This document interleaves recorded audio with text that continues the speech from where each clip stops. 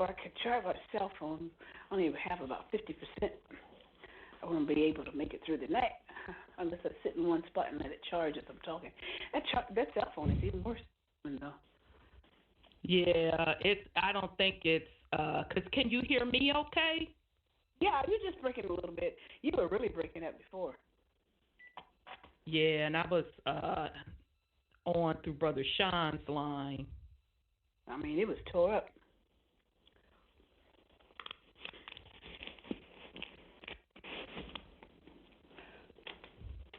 But I can hear you really well. Okay, well that's good. You still a little choppy. Trying to see if Brother Sean can get back on. Okay. All right, family. We're trying to get back on. Hopefully, Brother Sean can get back on.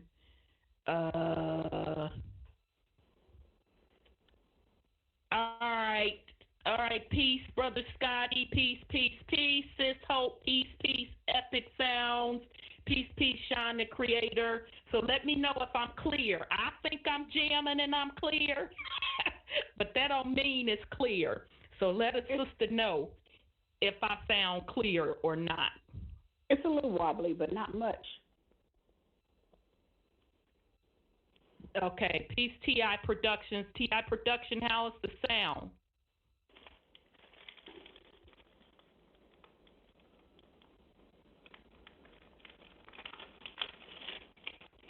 Okay, waiting on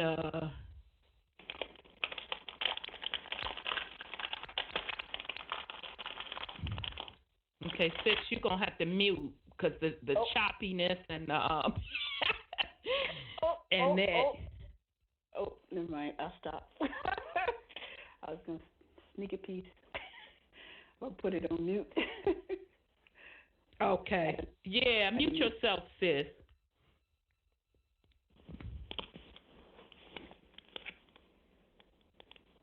Okay, let me look for Brother Sean. I may have to try to call him. He may not be able to get back in. See, y'all, we can't make this up. So hold on, I'm going to try to call Brother Sean. I don't see him, so I don't know if he's getting a busy set. Oh, there he go. There he go. Wait a minute, I just saw you. Did you get cut back off? Literally. Oh, there you are. Okay. All right, brother, there you are. All right. They gonna keep us chopped and screwed. Yeah, because you choppy, sis choppy. It is what it is, fam.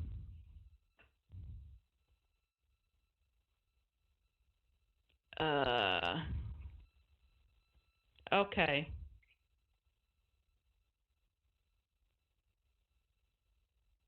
All right. Okay, hold on a second. Nope, I don't want to leave that. Call connected 23 seconds. Child, they done started like 2-3 calls on the sister. All right, we just going to keep it going. Okay. Okay, so where were we at before we were rudely interrupted? Okay, I was talking about what's his face? Thanos, Avengers. All right? Now, remember what happened to Thanos. What Thanos did, rather. He snapped his fingers, and the Avengers turned to dust immediately. All right? What I was saying is Stranger Things, and that's a Netflix series. If you all haven't checked it out, I highly encourage you to check it out because it also talks about dimensions, okay? And this entity, quote, quote, coming through the dimension, and Russia, wasn't it the Russians? I'm pretty sure in Stranger Things ultimately, and sorry y'all, shit, if I'm telling y'all. Sorry about that, my bad. ultimately the Russians was trying to get this entity to come through, and then they were talking about the upside down world. But basically, in the upside down world, you saw all of like these dust particles, or dust particles basically in the air, and the actual entity, it looked like kind of a big ass nanobot. And some people were saying, and I forget the guy's name on YouTube, it's Jay something or the other, and I haven't even seen on YouTube in a minute now that I think about it. But he was saying that upside down world in Stranger Worlds entity was equal to plasma. Now, if y'all think back to Avengers, them same entities look pretty damn close to what they were showing in Stranger Things too. And it looks like the nanobots under a microscope. That's exactly what those entities look like. So go back, look at the Avengers when they're showing them entities come through the dimension. It literally looks like a nanobot blown up. Okay? So I'm saying all this to say that they put this stuff in your face to show you what was going to break down during the quote Armageddon battle, the spiritual Armageddon battle. Okay, so the piece that the Christians are missing is that it's spiritual beings or beings from different dimensions, okay?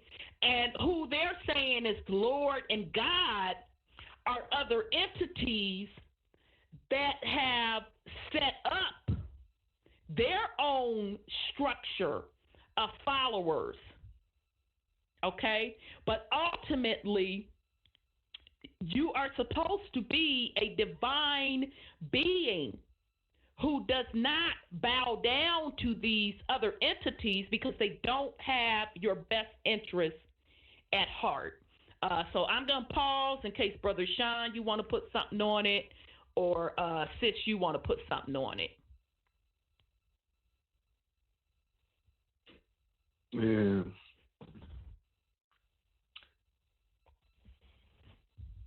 The thing is, and it's always going to keep falling back on us. This game don't keep going on if we don't permit it to. Exactly. It's our energy that's keeping everything going. Even them, especially them. Them. Yep. That's what they want you to focus on them. They deliberately told us the frequency of the coronavirus so that we would think about that and lower ourselves to that frequency. Yep. We're capable of existing within multiple frequencies at one time. We're the only ones that can reach higher frequencies above anything that they throw at us. That's right. But as long as you focus on what they tell you to and put yourself in that frequency, in that state of being, you ain't got nobody to blame but yourself. You voluntarily did it. They couldn't make you do it. Yep. They just had to get you to think about it and concentrate on it and give it energy, give it life. Mm-hmm.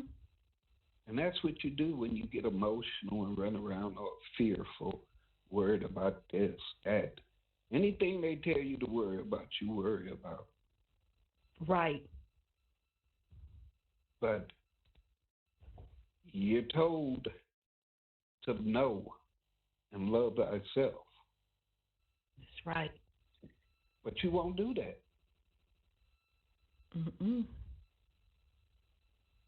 That's for your benefit. Knowing who you are and your love of self is something that nobody can ever take away from you. You give your energy and your love away to all the wrong shit. To the wrong shit. If you was giving it to you like you supposed to be, you see that fuckery a mile away. Mm-hmm. You know from an energy perspective that a motherfucker on some fuckery. Yep. So you just don't fuck with them to begin with. Exactly. Or you remove them from up out of your space. Right. Ain't nothing wrong with killing a mosquito. I don't care what nobody say that everybody got the right to life. I got the right to all my goddamn blood. Exactly. You feeding off me, motherfucker, you gonna get the fuck on with that. Exactly. You don't have a right to my goddamn blood. That's right. But I got a right to smash your ass if I catch you. Absolutely. I digress. Absolutely. So just real quick, family, we just want to again reiterate in case folks couldn't get through the first half because we had to restart it. You are witnessing the fall of Babylon. Okay? You are witnessing a total new age going into a higher frequency. Okay? So all of those lower dimensional things are falling away. So these things that are jumping off now, they have to jump off. And with the corporate construct of Babylon, you being a divine being, just sit back. That really don't have shit to do with you at the end of the day. What has to do with you are the higher dimensional frequencies. So they playing a game, all right? They getting ready to kiss the ass real good and offer folk shit to get your consciousness to fall back in love with the system. So they think is the operative word, that they're going to be able to continue with the fuck shit. But it's not going to work because they don't have the right nor the motherfucking bloodline to issue you your shit. It's yours by birthright.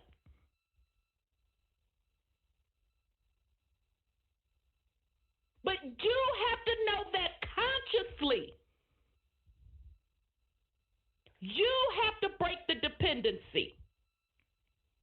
And it starts consciously. The spiritual world is keep showing you. Break the dependency. Break the dependency.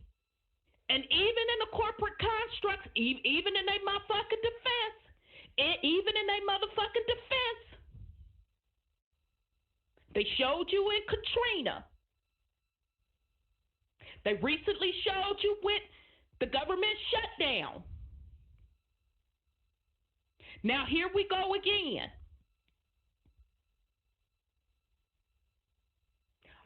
All of that shit is over with, family. The whole concept of debt, of money, the shit is over with. I don't give a fuck what system they try to stand up. I am telling you, it will be temporarily. Now, I'm not going to say that they're not going to take that bullshit to another realm. That's between Mama Earth and Mother Universe. That's on them if they going to let them the fuck out to take that system that they love, that Babylonian debt system, to another realm. But as far as Mother Earth, that shit is over with. And I'm going to tell you, people that want to say, namaste, all is love, Mother Earth is madder than a motherfucker. She is really upset. She's been used, abused, raped, not only her, but her children. Universal laws have been broken. And consequences have to be paid, and they will be paid, and they are being paid. So when you hearing about these motherfucking arrests, that somebody just dropped that some motherfucking stinking ass Catholic priest got charges up on him for molestation, that is the corporation turning their own in to try to pay back this motherfucking karmic debt. And I'm going to tell you, it ain't enough. It ain't enough, boo. It still ain't enough. You know what got to happen. You saw the motherfucking records. You got the motherfucking records. You hid the motherfucking records. You kept the frequency low, so the ones in tune couldn't get the information cosmically, but bitch, we still got it. You know how it is, and motherfucker, we know how it's gonna end. There are no concessions. There are no new deals. There are no new contracts. There are no new treaties. Not on mama. Get your motherfucking transportation in order and get the fuck on. Not in this realm. It's over. The real ones are here now. You know. You know. So that that's on you, the motherfucking agreements you done struck with your folks. I ain't got a motherfucking thing to do with that. Me and mine. Hey, sis. Yeah. Considering everything is blocked off, portals closed, heavily guarded, ain't shit getting out that ain't supposed to get out. And you only getting out with higher frequencies. I mean, that particular system and the matrix reality that it created all has to be destroyed. Yep. Period. It's what they brought on themselves. And it's the simple fact that it began. So it has to end. Absolutely. Period. And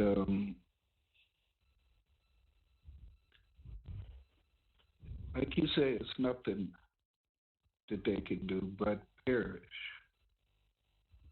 Nothing that was made here is going to leave here, because it was only created and permitted to exist at a lower frequency. Right. At a lower frequency, absolutely. So they will continue to exist in these lower frequencies of quote unquote hell. But the rest of us, moving on up to higher and better times. Yeah. Energy can't be created or destroyed. Nor destroyed, exactly. So that means these entities in the lower frequencies. So we really can't get too caught up in their destruction, as we're supposed to be concentrating on what we need to do to transcend, to go higher. Right. Absolutely. Because this bullshit gonna exist forever through all its changes, everything. We just don't have to be in it. These demiurges are going to continue to exist because it's going to be motherfuckers that want to keep playing the game. Right, want to keep playing the game, right. The game may evolve and change, but it's all still going to be the same script. They just going to put new names on it, different technology, this, that, or the other. Yep. You know, cut new deals to make everybody feel equal to play the game. Okay, we got a fresh new start. Everybody equal. We gonna treat everybody the same. Exactly. We gonna get it right this time. But the thing is, you're not supposed to be here to begin with to even talk about treating everybody the goddamn same. Exactly. Exactly. And it's not their decision on who gets what, when you get what, how you get what, owning resources, owning mama, who the fuck do you think you are? Literally owning mama and making her people pay to live on her when it's their fucking birthright? Exactly. I mean, but and you think you're going to get a pass for that shit? It ain't going to happen. They ain't supposed to be here. By birthright, they have nothing. They're entitled to nothing. So to be able to get to this point and say, okay, everybody is equal, they still win because they get something and legally, lawfully, by birthright, dimensionally, frequency-wise, have no rights to nothing. That is correct. That's why the whole system must go. Anything that permits partnership with them has to go. You have plenty of quote-unquote Aboriginal tribes or Indians talking about being U.S. citizens, dual citizenship, honoring which is fucking disgusting. How do you want to honor anything that has to do with this system, period? That's cutting deals. That's seeking recognition by them. Right. You know, whether you say it's being commercially viable or not. To be a commercial entity is to play the commerce game. That's part of the system. You're helping to keep the system afloat. You're benefiting from it. You're recognized. That means you cut a deal. Yep. You're cutting a deal. If you getting special Absolutely. privileges, this, that, or the other, you don't have to have license for this, that, or the other. But being a good citizen, you're going to get a license and do everything that you're supposed to do so that you don't violate the corporate laws. Right. But at the same time, you violate natural law. You Right. disrespect your mama. Absolutely. But you're more worried about getting along with them. They got to go.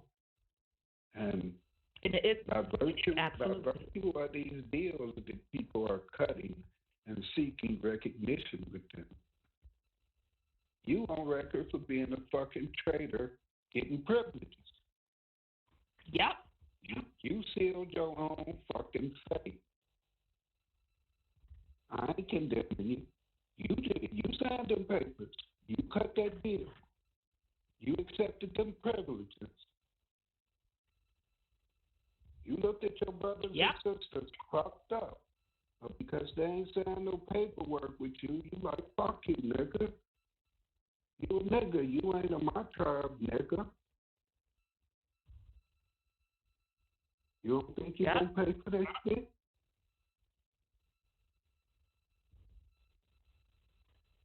People. Indeed. They ain't the only ones that's gonna suffer through this shit. If you ain't right, that's right. You fucking suffer too. They ain't the only one. That's right. Right, that's right. We keep telling y'all, don't think that you're gonna quote put it on the Caucasians. We done already fucking told you. You can come up off that bullshit. That is the main reason we did this series. We did the Black Nobility series so we could show you all the origins. So all you motherfucking melanated people, just because you think you melanated, your ass is accountable too. You don't get no motherfucking pass. You violate natural law, you got to suffer the consequences for that. You want to have their rights and their privileges? Fuck the land. Fuck the land. Fuck you taking ownership of the land, being caretaker of the land. You gonna have to answer for that. And you put that bullshit out in the motherfucking ethos? You put that shit out in the fucking ethos?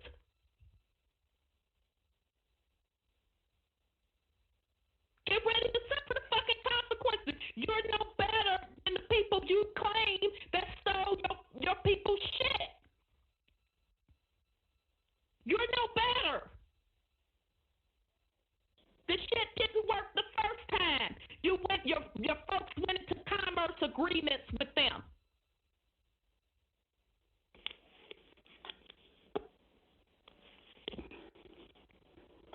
Right, Mr. Tyrese, literally sucking all of the resources off of Mama. You see the evidence of the resources that have been sucked off of her. You see the evidence of the ancient trees being cut down. You see the evidence of her blood being siphoned out, her organs. And I'm supposed to motherfucker continue to be comfortable with this bullshit? You can be comfortable with it. But the price is going to be paid for just the mere fact that you forced me and mine to even have to be a part of this, period.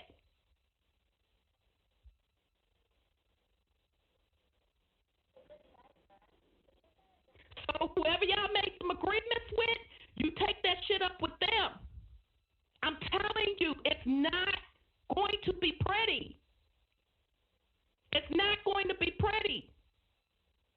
Because some entities that you bowing down, worshiping, y'all know who the fuck I'm talking to.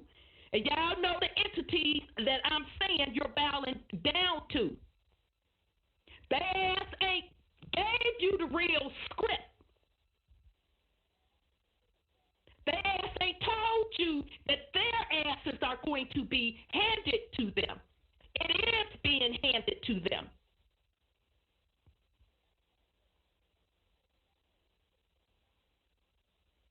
So that's what's going on, family. It is bigger than this virus.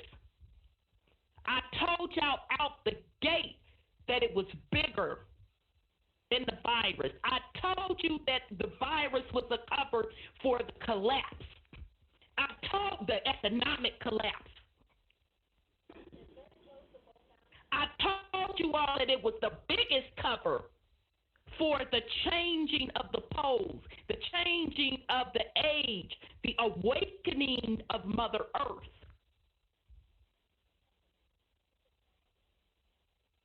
So keep your vibration high. Keep being in tune. That corporate shit, look at it for what it is. Just sit back with your popcorn. Because this is karmatic debt time. Caucasian people, I told y'all last year that your rule was up. Literally, in those ancient texts, you only had a certain amount of time for rulership. Yeah, that's what I heard. Get your house in order. Mm-hmm. Break the curses of your bloodline. Do not allow anyone to continue to use you and yours for a false fucking ass system. That number one, you were never in control of. And number two, it was never fucking set up for you to benefit. Your people, literally, your life is fucking depending on this. Your children's lives are depending on this. Go within yourself. Get your own house. Get your shit in order. I'm telling you, it's bigger than what they are telling you. This is on a cosmic spectrum. Because the true laws are universal laws. And them motherfuckers have broke every last one of them. So, I'm sorry, sis. Go ahead on.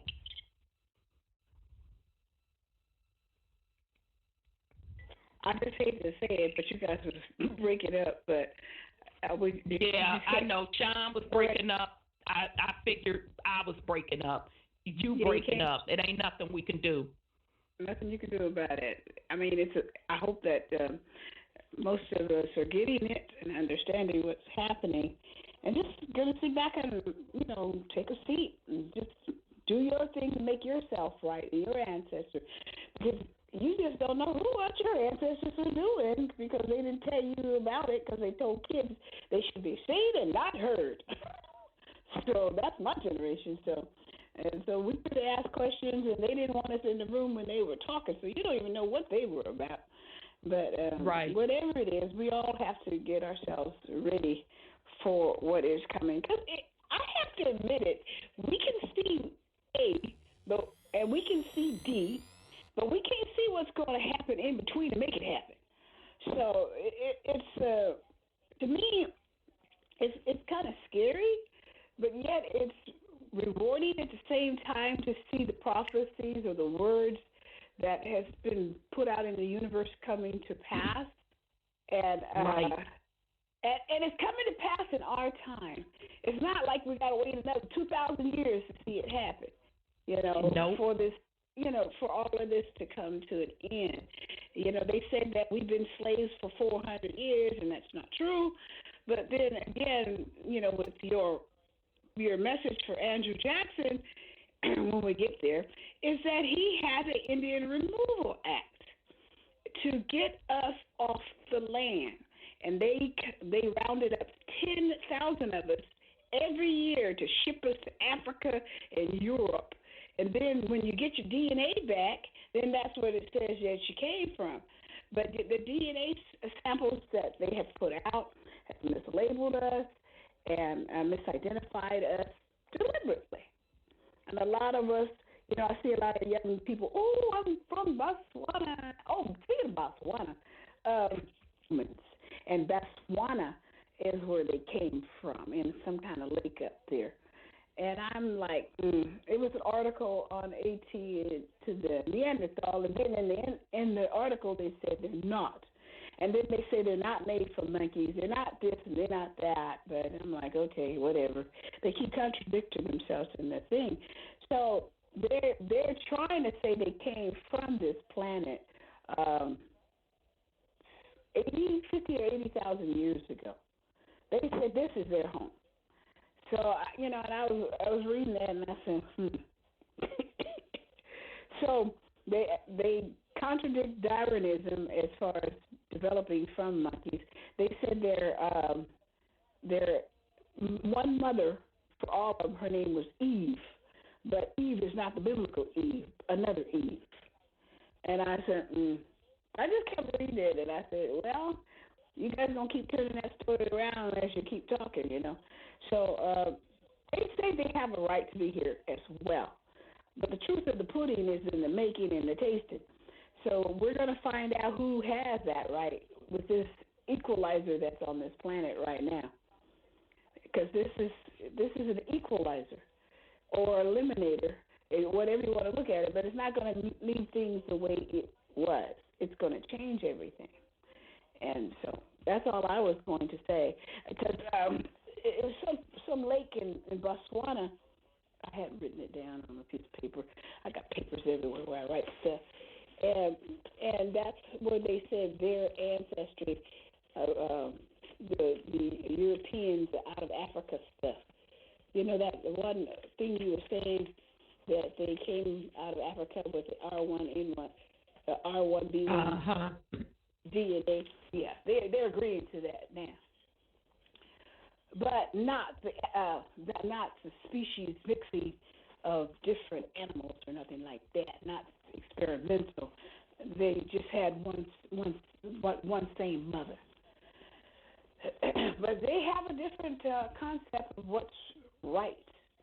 And I had heard that their limit of rulership is over, and they were given a period of time to rule because we didn't do it right. So, but I don't know. But that's what they're saying. Well, I'm sorry. Yeah, I agree with you, sis, on the genetic makeup of Caucasians versus melanated people. But I also just want to remind the family, it is still based on bloodline.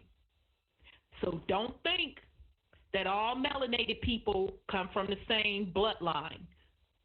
We do not. We do not. All melanated people don't come from the same bloodline. This is a spiritual war. I'm sorry, go ahead, Brother Sean. All melanated people don't come from mama either. Exactly. That's what I'm referring to when I say we don't come from the same bloodline. Absolutely. So let's be clear. I'm sorry, go ahead, Brother Sean. Right. They say that the Constitution was modeled after the Iroquois Constitution. That whole Confederacy thing, which we know was European nobility. Now, in creation of those documents, which was a direct violation to natural law. Yes, it is. Yes, it is. Do you mind saying that again, just in case you were coming across choppy? I want to make sure people hear that again, if you don't mind, Brother Sean. The Constitution is in direct violation of natural law. Period. That's right. Now, Trump is putting in constitutional lawyers. But mind you, first and foremost, he removed that Moroccan flag. Mm-hmm. He's putting in constitutional judges,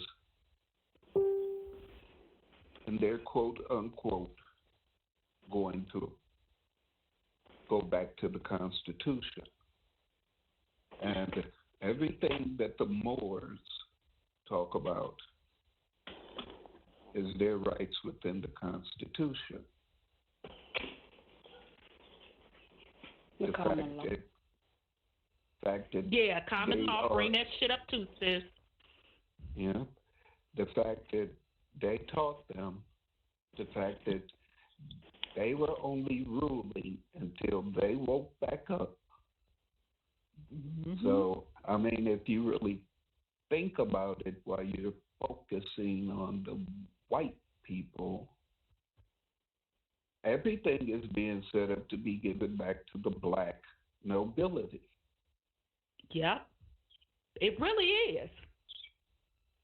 If they're truly going to go back to constitutional law, mm-hmm. then they're going to have to recognize the Moors. Yep.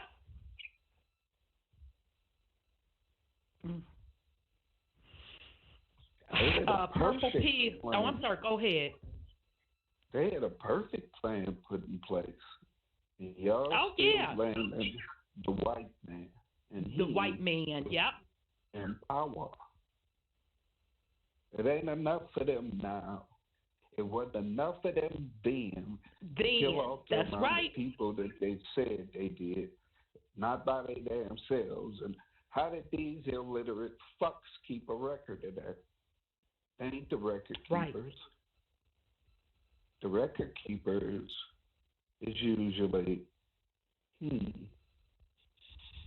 let's say them people that come from beyond the Caucasus Mountains and Khazarian people.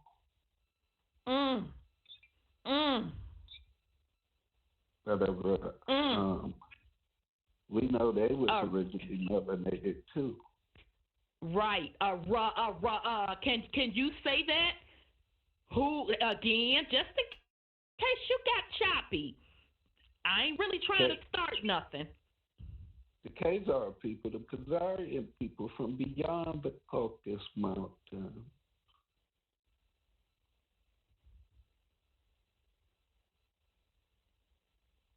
Exactly. Know.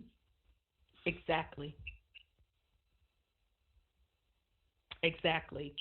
So that's what the whole switcheroo is to, okay, Caucasian man, you done had your little chance to rule.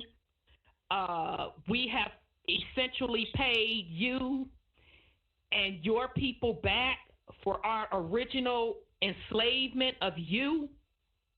So now, therefore, you have to turn it back over to us. And I'm telling you still again, that's not how this story is going to end. It's not how it's going to end. Mother has the last word. Period. But you know, I'm going to say this. They never said how they went to sleep. They never said what put them to sleep. Ooh, sis, you a mess. Well, you know, I mean, it sounds like a nice story, right? But, you know, baby, it just doesn't make sense because nope. They got their butts put in jail trying to use common law, okay? They going to jail left and right now for that kind of stuff.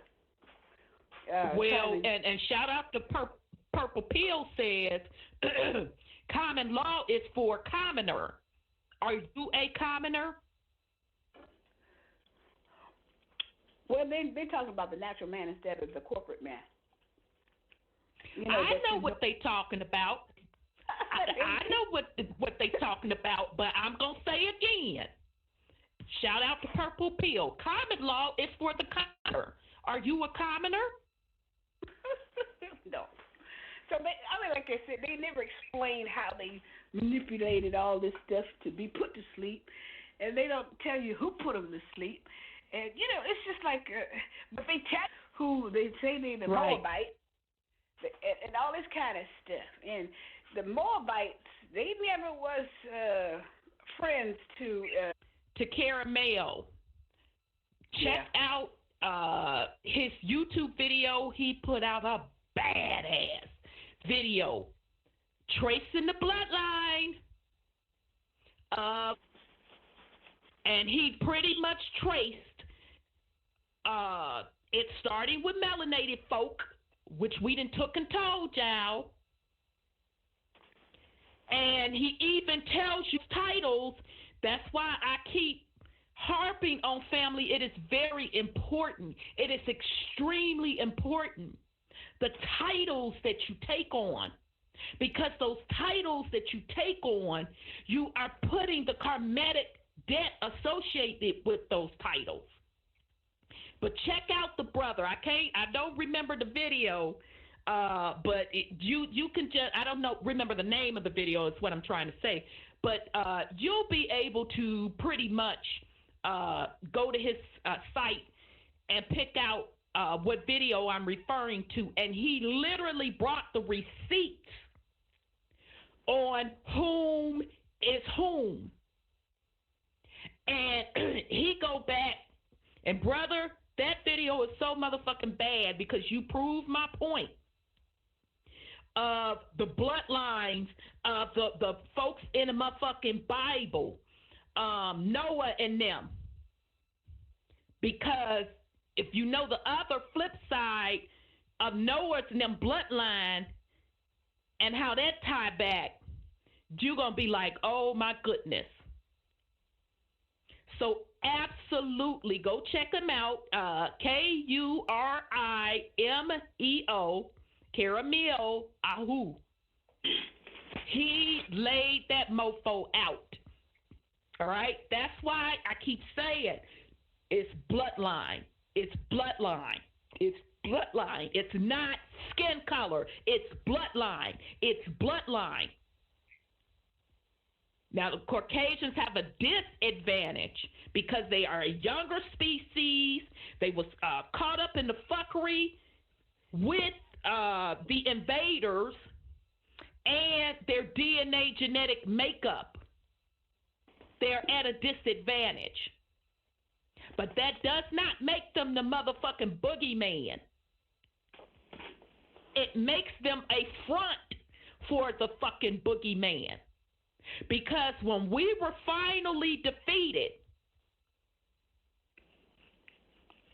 the black devils had to put a boogeyman in front to confuse the fact of what really went on. So where we are now with the age changing and Mama Earth waking up to kick motherfucking ass, oh, we're going to put it all on the white man. So the whole rest of the planet that's melanated can be, quote, quote, mad at the white man, and the motherfucking black devils behind the scene that started the bullshit, that started the takeover, that started the excavation, that started the cutting down the motherfucking trees, that started owning the natural resources, that started the contracts, can step right in when the quote-quote white man fall and it get turned back over to them. Not gonna happen, boo. Hey, Go ahead, sis. no, I was just about to ask you to spell his name, but I found it. I love his stuff. I really do. He's bad. Lot. He brings the receipts. Yeah. He does his research, And that's a badass video he just recently put out. There's a new one? Okay, I'm seeing. Yeah, it came out since either early this week or late last week. That mofo is bad. And it has in the title Khazarians. I'm sorry, go ahead, Brother Sean. You want to know how they knew they were going to go to sleep? Oh, yeah. That's what we were taught when we were given that identity. Absolutely. It's a fairy tale, just like Sleeping Beauty. Absolutely. Where else did that come from? That had to come from them. Who the fuck thinks like that? We know that we eventually gonna go to sleep as a people. So we gonna teach this ass backwards as creation enough secrets to wreak havoc, and then we'll eventually wake back up. And because of this Constitution, this paper that we created, they're going to magically just get everything back. Mm-hmm. Right. That's a goddamn fairy tale. Crazy. Don't make sense. Look how many people believe it. Yep. The whole concept of belief is on many levels. Yeah. That's even as far as for the astral realm. If you see all nationalities on the astral realm, and we know that all nationalities are not a part of original creation. Right. There's some fuckery involved in that. Yes, it is. Anything with a spirit can make it to the astral realm. Absolutely. Rocks make it to the astral realm, dogs, cats. You see this shit when you over there kicking it. Mm-hmm. So, anything with spirit energy can make it to the astral realm. Right. But a lot of people believe that that's the end all of everything, that's as high as you can go. As we can go. That's right. And that's nowhere. Mm-mm. It's within the matrix. It's not outside of the matrix. It's a different program, that's all. Mm-hmm. But you right. still you still want to believe, even when you're supposed to be conscious and you're supposed to know. You still embrace the concepts of faith and belief. Faith and belief, that's just stuff that you hoping for, that you really don't know. But I hope it happened. It got to happen because I got faith. I believe that it may happen. Right. How many people die all day, every day, and people around them got faith and believe, and faithfully believe, and believe in the faith that they faithfully believe in, and that person still suffer and die. But all you have to do is ask in his name, and won't he do it? When he gonna do it? I had to ask, who is he? Shit. And more accurately, won't he do what? Hmm. Make you suffer so that you cry to him more, so that you give him more of your energy? Oh, Jesus, Jesus. He laughing like a motherfucker. You weeping and crying, rolling all on the goddamn floor, like a goddamn fool. And he eating good.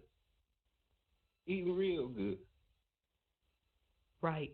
I done got you to be faithful and still call on my name. And I just made your loved one suffer and die. Absolutely.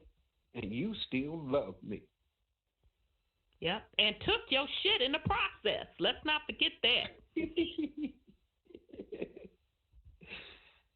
Exactly. But that's whoever you praying to. I don't give a fuck what their name is. We can go over all the names. I mean, how many God names is it? I mean, I don't care if you're talking about Kemetic gods or who the fuck else. Absolutely. Absolutely. Even if you're talking about quote-unquote Native American or American Indian gods or any of them motherfuckers either, because they ain't saved no goddamn body.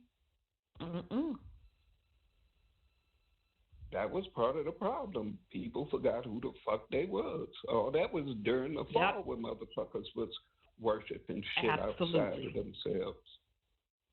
Absolutely. So I don't give a fuck what century or what name or nationality or what God any of them motherfuckers ascribe to. They all got fucked up in the end, didn't they? And ain't nobody God save a motherfucker. Nope. But y'all want to reflect on these ancient names and these ancient gods and try and return to things that fell, things that were conquered. You're the culmination. You got all the knowledge of those errors and all the mistakes within your DNA. Yes. You shouldn't be repeating shit. Absolutely. You should be removing everything that should not be. Mama gonna do the rest. You just do your goddamn part. You're supposed to be a guardian. You're supposed to be a protector. She take care of you for free. Right. For free. Your only job is to keep things in balance and harmony. That's right. That's right. But you want to do a goddamn thing else that this motherfucker done told you should be doing. Yep. Be all you can be, but don't be you. Exactly. Be anything else. We got a program for anything but you. Yep. I got a program for you to be a policeman. I got a program for you to be a lawyer. I got a program for you to be a doctor. I got a program for you to be a bum. Whatever the fuck you do within this system is a program. Yep. We got you. As long as you wish to exist within this system, there's a way for you to have anything you want within the system, as long as you know how to play the game. Exactly. But in order to play the game, you have to be in the game. Exactly. I'm going to need your soul for you to play the game. But you can have all the material shit you want. And your soul, that's the fucked up part about it. Your soul, your soul, the motherfucking essence of who you are. Yep. I want to keep it around so that I can feed off of it for thousands and thousands and thousands upon years. Absolutely. Keep myself young. I'm an immortal. As long as y'all believe I'm an immortal, it gives me your energy. Energy. That's right. That's right. And they show you that over and over and over in movies where the big bad entity that come from a quote quote another spiritual realm, and I'll never forget that it happened in two movies. One was Ghostbusters, when, and I'm talking about the original one, when the melanated man, the motherfucking entity, was about to climb the Empire State Building. So in other words, was about to take over New York via that tower with that frequency signal and open up that motherfucking dimension. And the Ghostbuster melanated man told the little entity, hold up. The entity turned around and said, are you a god? And that motherfucker said, no. She lit that ass up. So in other words, goddammit, if you don't recognize who you are, it's on. The other one was with the movie on Netflix with Will Smith and them, where they had the elves and all of that in it. It's Bright something. I can't think of it. The name. Bright. Okay, shit, that was the name. Badass movie. Badass movie. I really, really love that movie. Dude that turned into the fire was asking, the entity was asking dude that he was pretty much like, yeah, motherfucker, I am. Fuck all that. So what did the entity do? Try to strike a motherfucking deal with bruh. Because if he would have said, well, no, she would have towed that ass up too. But he went toe to toe with the entity. And what we are telling you is you don't even have to go toe to toe. You just have to know who the fuck you are. You're not supposed to be striking no deals on something that is divinely yours. It's yours, not theirs. It's yours. And when you're bowing down to something outside of yourself, that is what you are doing. And you bowing down to something that you don't even truly know what the fucking origins are. You can't use one book. You cannot use one book to say you know the origins of what you're bowing down to. That's just one part of the fucking story. And it's slanted in those entities' favor in that book. You are the secret. You always have been. You are the secret. You are connected to the cosmos. You are the energy source. And that it is especially true for the ancient melanated ones. Get on your shit. And it's not about going out picking up a weapon. You're supposed to be doing this consciously. Get on your shit. Get up off of your ass.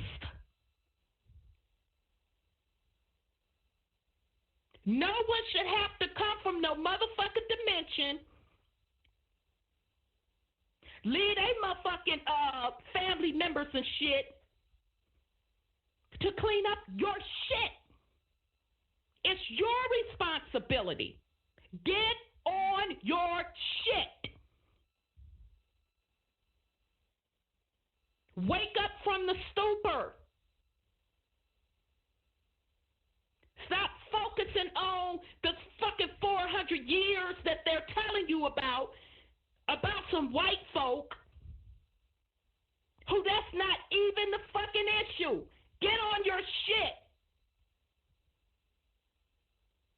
Stop with the rhetoric. There's nothing new under the sun. There's nothing new under the sun. Yeah, nigga, it ain't because you ain't created shit.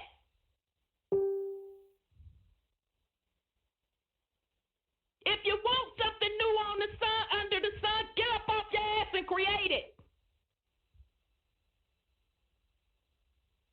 You're supposed to be creating it with just your thoughts. Just entering, understanding the difference between striking deals, going into contracts on the spiritual and the physical realm. You're supposed to be connected enough to see this shit.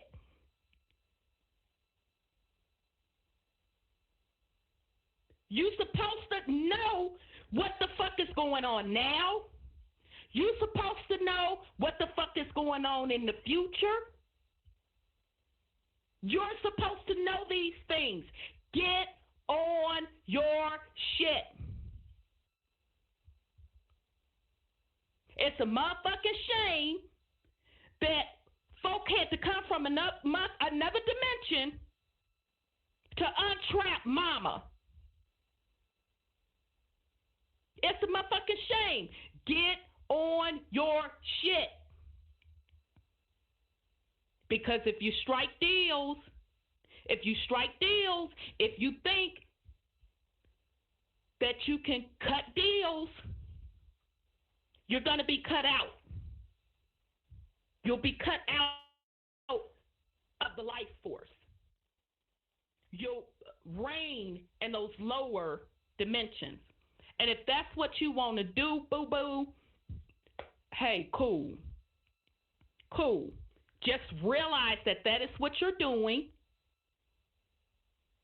But hear this.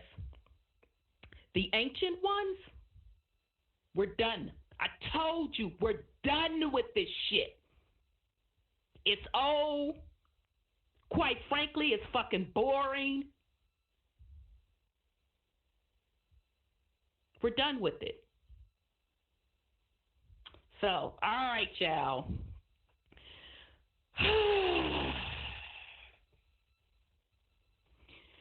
I know we had to keep going back and forth around. Go ahead, sis. You have something you want to say before we get into the material? And I knew it was going to be like this tonight because it's real out here in these squeaks.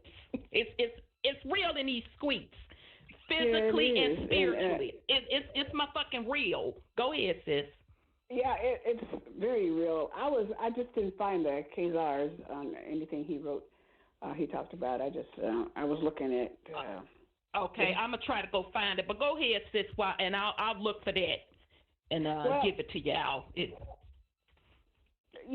Like I said, that's who they said they were, and the problem is, who are you really? And how did you play a part in this mess? Because I was looking at some of his stuff from Glenn Beck on one of his videos, and he was talking about the Hebrews, the Aboriginal Hebrews of America, and the practice of Indians, artifacts, and the Seminoles. In the Cherokee, of course, because they checked the bloodline of the Cherokees, and that's who they are, it's the Hebrews. But the problem is this, several classes of people that are part of the Aboriginals in this land, I guess. I don't know. But I'm going to see what this one says that I'm looking at right now. But we just have a rough road ahead to be survivors. I noticed when I went to the store, they took out all the flour and the sugar. Everybody bought that.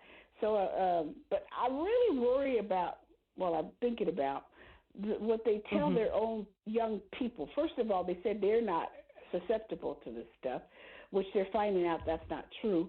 And second of all, they encourage them to buy houses where bars are and restaurants in the cities, where they don't have to have food. They don't have to cook. And I'm like, wait a minute, these kids are going to starve. Their own children, their European children, because they teach them, to just live precariously and have fun. And now, with this situation going down, what are they going to tell their children now? But I do Oh, I'm sorry, sis. I didn't mean to No, cut no, you no, off, go ahead. VP. Go ahead. I found a video, my bad, y'all, from the brother Karamil Ahu's site. My bad. It's called 13th Tribe. 13th Tribe. He put that shit out 6 days ago.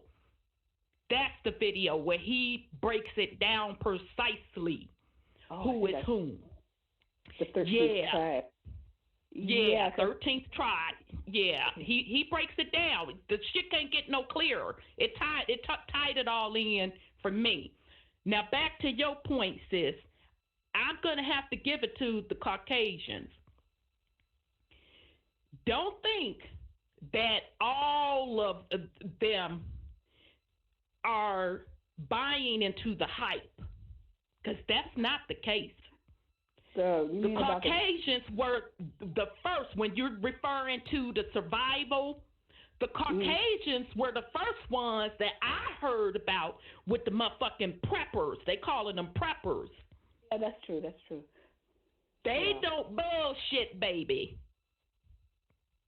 I'm talking about the young people. They don't. The older ones are the preppers, you know. Like but the older ones have children, sis. Okay. The older ones have children.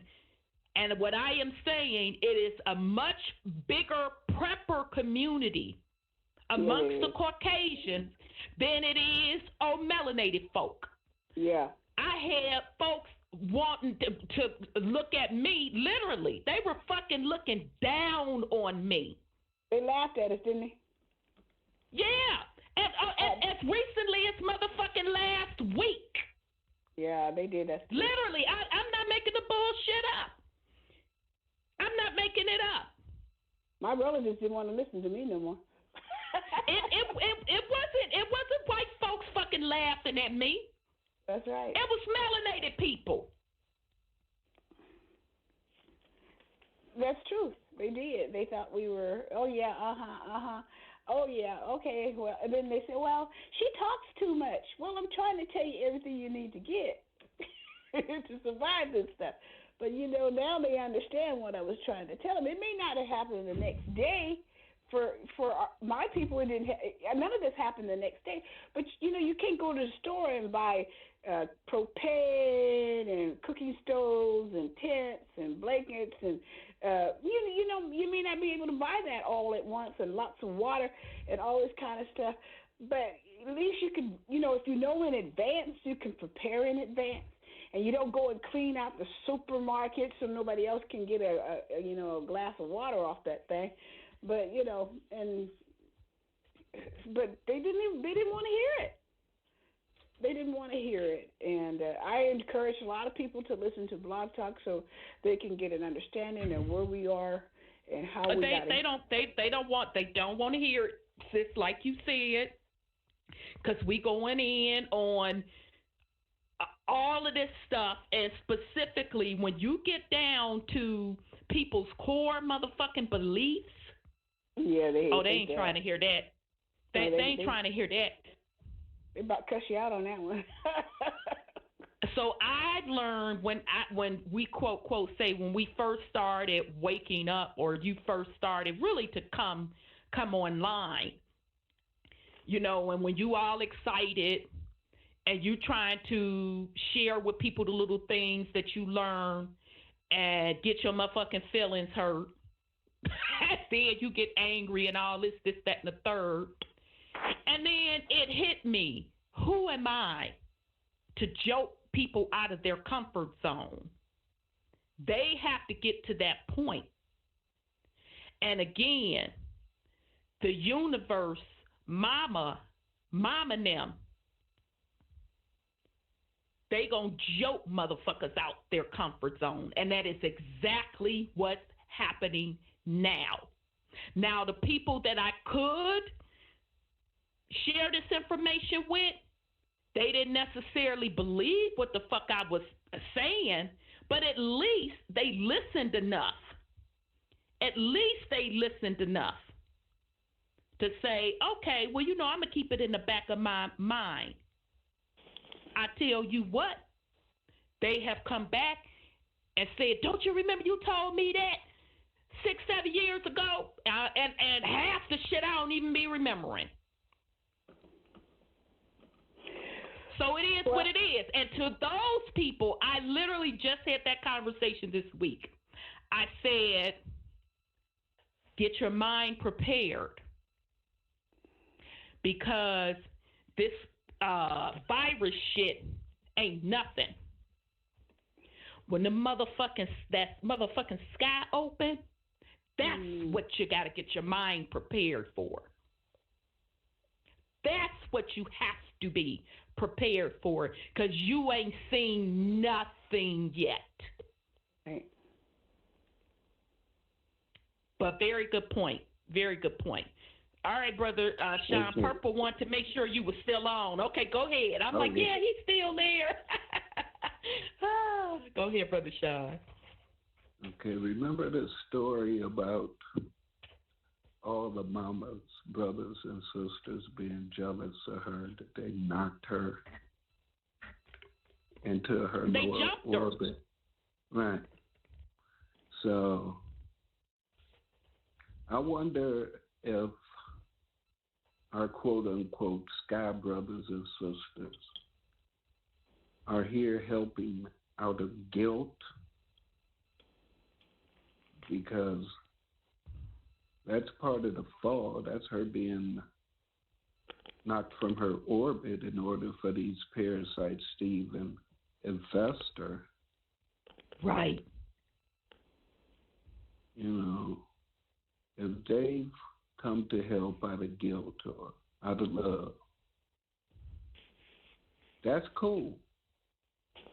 But, you know, people talking about all this other stuff and this, that, or the other. I ain't cut no deals with them either. No treaties, no nothing. I agree. You know, y'all been in y'all higher frequencies and higher orbits doing y'all thing. That's why y'all got them motherfucking ships y'all got. Agreed. Agreed. I mean, agreed. Considering Mama been quarantined, and these things here have been quarantined so that they don't get anyplace else.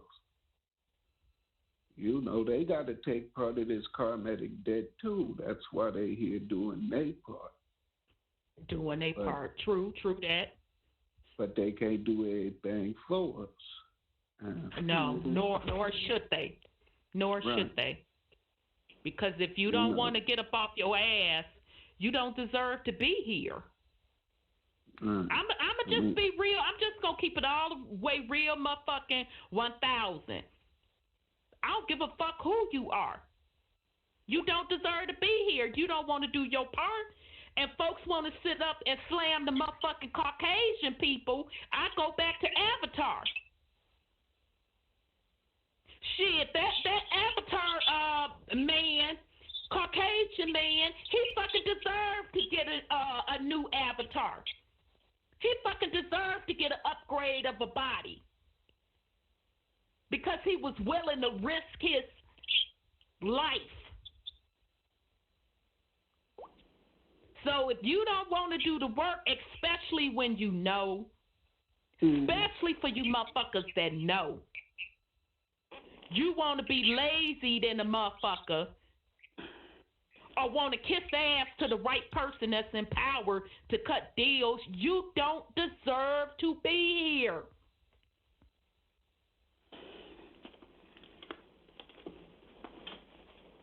Pack your shit. Yeah, Purple says son gonna deal with them cockroaches soon enough. Yeah. That's across the board. I'm telling y'all, nobody gets a pass. It's a frequency thing. Mm-hmm. Malachi says it. All right, family. Okay, let me make sure. We had so much to go over. Oh, real quick, I do have another channel that I want to give a shout out to because I am about to read one of the posts from one of this person's video. I've talked about his channel, I think, last week because I just ran up on it, and I'm so glad I did. The channel is called Autodidactic, out of Australia. So Autodidactic, Didactic. Going in on a lot of stuff as well, doing a lot of good work. Now, he did a video about the Moors being in rulership. And now I forgot to pull the name of the video, but you can go look for it yourself because you're going to be fascinated with his work anyway. Because he's on kind of like a John Levy thing, but he goes in a little bit, not a little bit, to me, a lot more. Yes, I agree, Deep H2OV1. He really embraces true knowledge. I do want to give a shout out to him because, hey, he heard about indigenous people being melanated.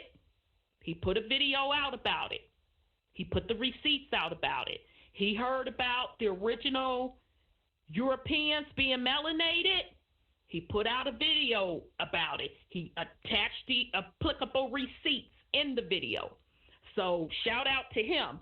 So on that one video that he did on the Moors, this was off of his comment section. Now, I'm not going to read the person's YouTube commenter name, but I am going to read the comment because this is to show y'all that what you think you know was programmed. So, wow, very revealing. Thank you. Several years ago on my old channel, I had a clip of the raids they were making on the houses and churches in around 1947, where they were taking all the statues and artworks from the people and removing them and either smashing them up out in the street, burning them in bonfires, or taking them away to dump elsewhere. There was even a couple speaking on how it was their job to take things by boat, to dump them in the swamp so that they would be ruined if they weren't damaged enough. It was any statue, etc., that depicted black skin and often curly hair, and often showed how refined their culture was. The people of the towns shown were devastated to have their beautiful artworks and icons taken, but were held back by the official raiders who meant business if anyone tried to stop them. Also, there were harsh penalties for anyone found with any of the forbidden artworks. The clip didn't last long on my channel and was soon removed. I was just thinking about it yesterday, which is funny since that was around in approximately 2020, all right? So that, I'm sorry, 2012, I apologize, 2012, which would make sense because 2012 was when the age, we start entering into a different age. That was the very beginning. So that does not surprise me, this particular person, right, where they snatched that shit down because they knew that the vibratory frequency of the planet would be rising and people were going to really open up their pineal gland, their third eye, and start coming online. Okay, so the person says, so we thank you, Campbell, for showing this important piece of information, which I am eager to learn more about. Please keep up the valuable work, your efforts. So, great job to autodidactic. I'm saying all this to say this, family. You think that you know what really went on until you, number one, go into self. Because if you go into self, you're going to know, you know what, this some bullshit. It can't be the way they're telling us that it is. So literally, think about how deep this fucking shit is. Literally, a whole her story. They want to say his story. Her story was fucking taken out. It fucking erased. It was buried. That's why a lot of these ancient structures don't stand anymore. They went around tearing them down. They went around burning them. And the ones that did stand, they repainted, took them paintings down, put some shit up. The, what do you call them? Statues and crests that were on these buildings. They took the melanated ones down. And I'm talking in the Americas. In Europe, you can still go and catch glimpses of the shit. Especially but Russia. Also in Europe, in Russia. And Germany too. In Germany's motherfucking defense. In Germany too. But even over in Europe, you can tell the buildings, the older structures that are up, that have the crest up there, you can tell where that shit is new. So a lot of thought went into changing up the script. Mm-hmm. And it was planned. These entities, they don't plan for 400 years. They're planning in the thousands. They're planning based on the galactic ages.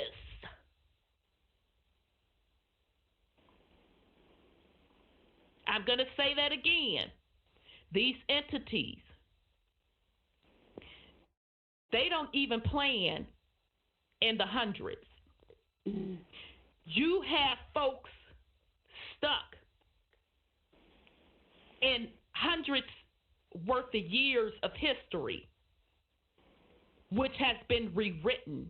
These entities plan in the thousands based on the galactic schedule. That's why they give you a false narrative, a false timeline.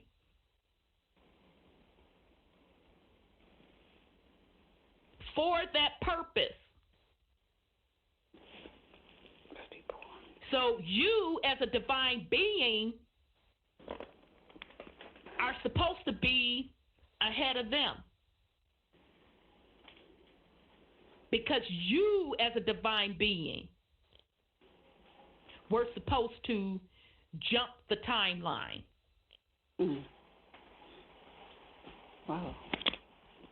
You, as a divine being, was supposed to be in other realms, higher realms, not that bullshit ass intermediate plane playing around. Okay? So you in the middle realms, which is still a low vibrational realm, screwing and fucking, I'm calling out all you motherfuckers.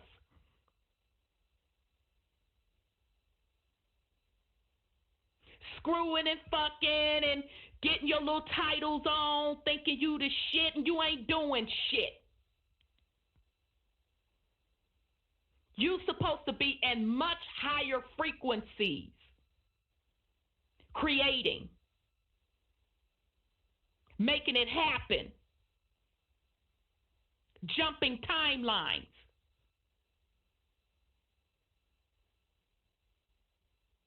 But you can't do that. Very good, Deep H2O. But we as a collective can't jump the timelines because many of us are trapped in a very low vibration. Abso-fucking-lutely. Abso-fucking-lutely. And those that are jumping timelines, that's why we like, look, I'm not for this fuck shit. I don't give a fuck about this fuck shit. This shit is Windows 95. Bitch, you want me to operate on Windows 95? You gotta be fucking bullshitting me. On Windows 95?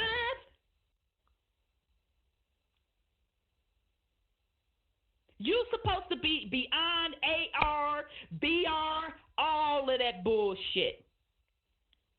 Because those entities that plan according to the precession, equinox, galactic clock, all they're doing is jumping the timelines, and they can't jump as far as you can jump to bring back in technology from them timelines, and that motherfucking shit is old.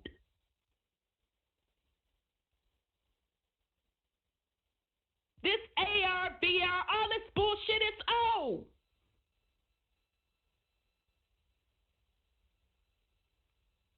So get your shit together. Get on your game. Hey, you set the ancient ones, you set up this realm. You know it's supposed to be natural law reigns supreme. All other stuff is bullshit. Look at it for what it is and keep it motherfucking stepping. So I'm sorry. Go ahead, Brother Sean. I mean, to me, a lot of that ties off into this whole nationality thing where people are focused on the corporate structure of still owning something. True that. And if we have to call ourselves something, those that belong to Mama, whatever her oldest name is, just to use the name that she goes by now, Earth, the original inhabitants are Earthlings. Mm-hmm. That's Mama Earth's children. But melanated people that say that they are not from here. You have some from Sirius. They say the Moors is from Mars. Mm-hmm. The Zulus say that they're from someplace else. I mean, when did they get here? Exactly. It had to be during the fall. Absolutely. Mama being knocked out her orbit or whatever. It had to be during that time that they got here to be able to do the things that they did. Mm-hmm. I mean, true enough, the Zulus haven't done what the Moors have done, or the quote-unquote Dogon people. Right. They've all been victimized by them. Yeah, because the Dogons say they're from Syrian, if I'm not mistaken. Yeah. But I'm sorry, go ahead. My point is that they're not doing nothing to help.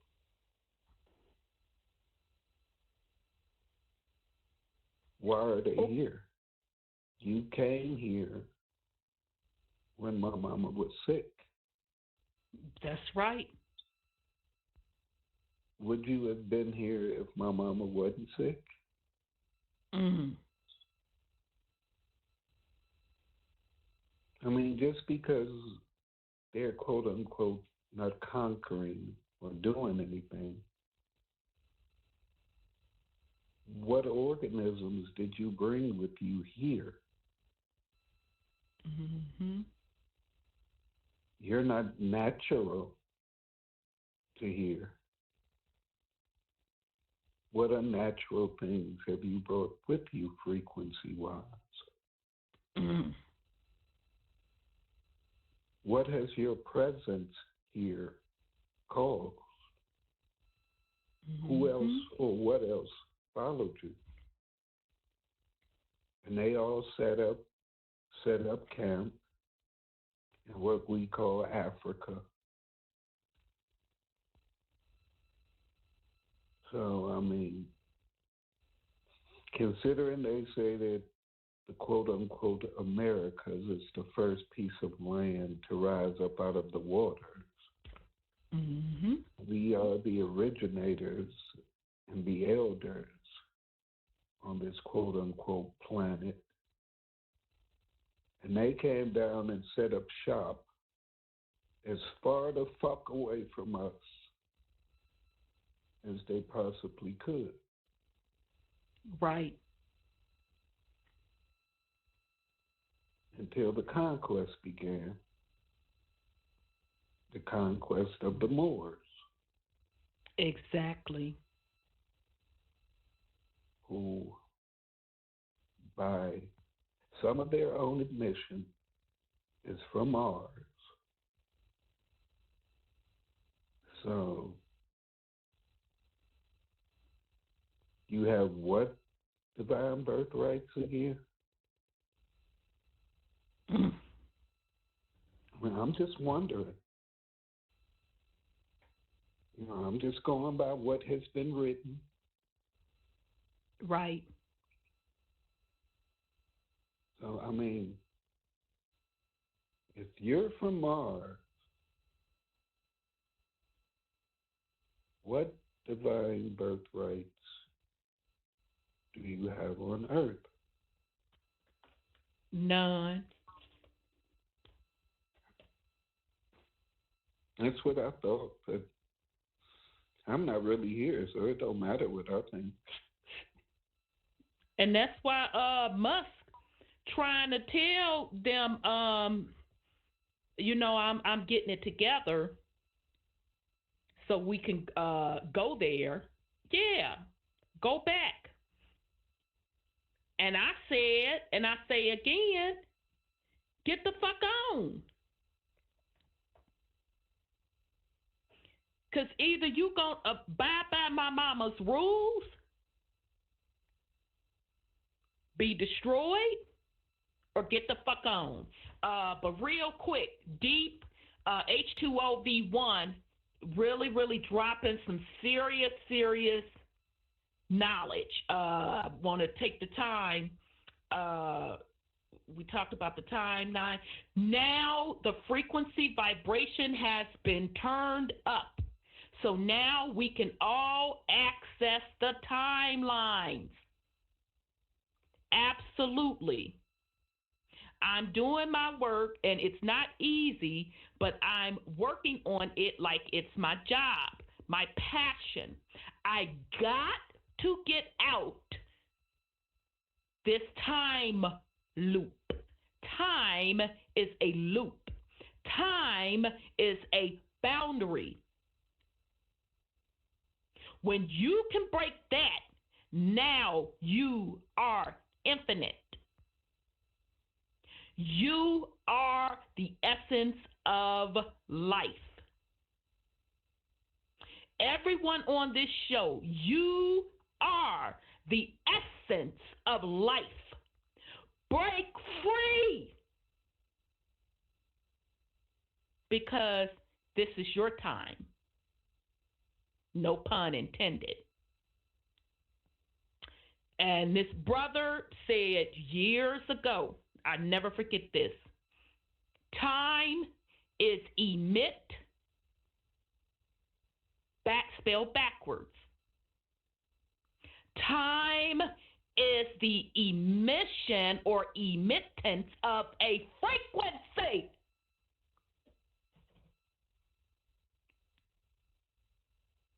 So again, you're not supposed to be planning in the hundreds of years. You're supposed to be jumping timelines and creating in the thousands. And I'm not even talking to show you how motherfucking deep this is. 1,000, since you have to put a quote, quote, time category on it, 1,000 still ain't shit. 3,600, we getting somewhere. 25,000, what is it, 960? God damn it, you cooking. That's what you are supposed to be working on. Absolutely. That is what your purpose and your mission is supposed to be. And it has been hella frustrating. It has been hella frustrating for those who have come online and be like, what the fuck? Come on, come on, come on, come on. Until you get to the point, okay, I can't be distracted and drag my frequency down with this fuck shit. I got to do what I got to do to make shit happen. So I can get the fuck on personally and jump these motherfucking timelines. And in the process, I'm going to leave breadcrumbs behind. But I'm telling you, it's a wrap. So in essence, the Avengers shit, that was another mind fuck, because they always going to put raw truth in your face. But then they're going to mix it with some fuck shit. Because the raw truth was Thanos saying, poof, it's over. That was the raw motherfucking truth.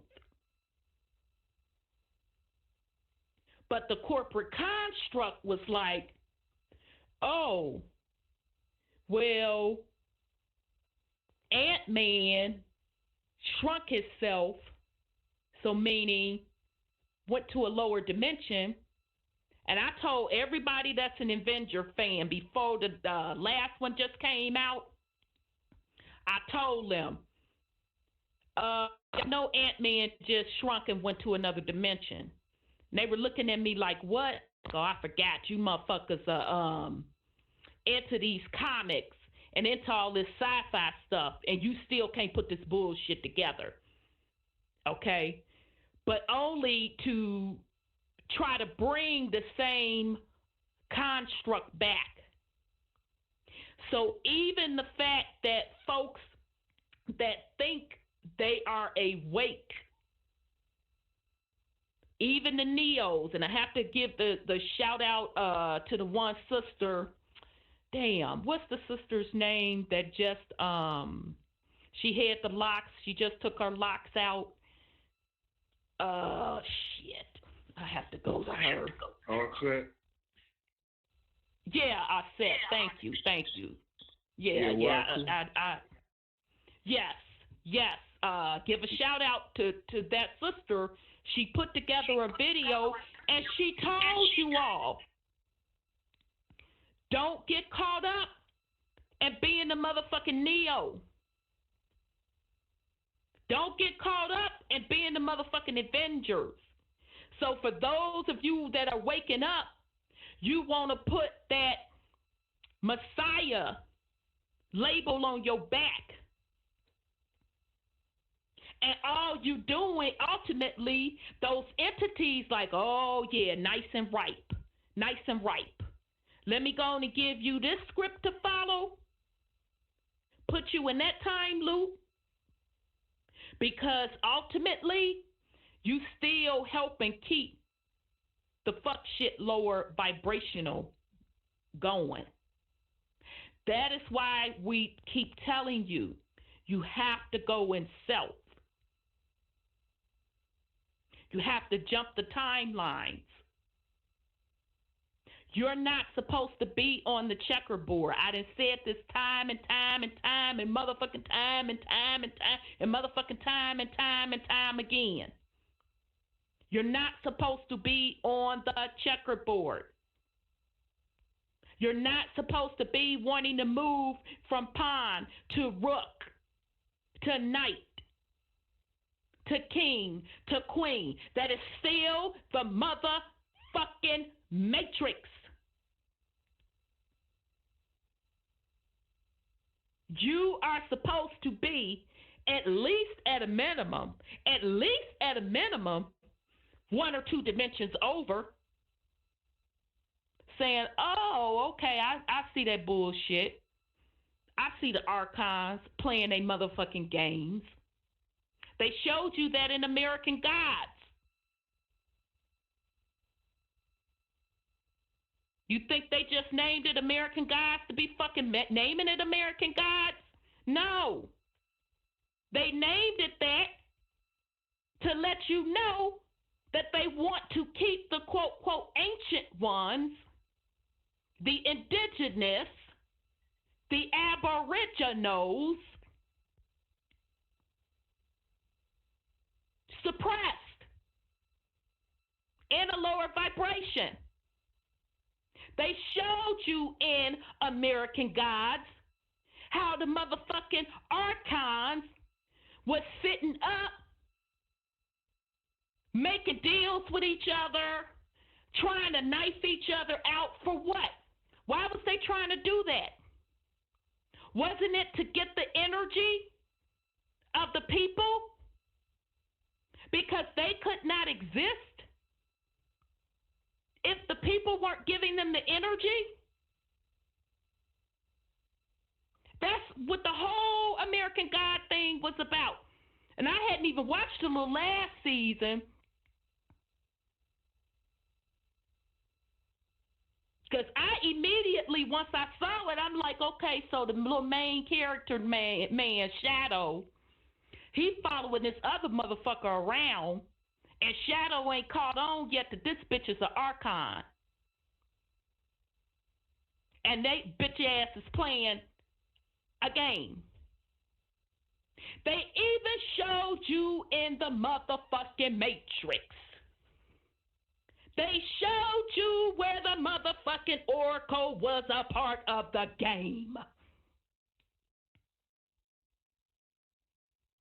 Where the Oracle in the other program, he was like, all right, my bad.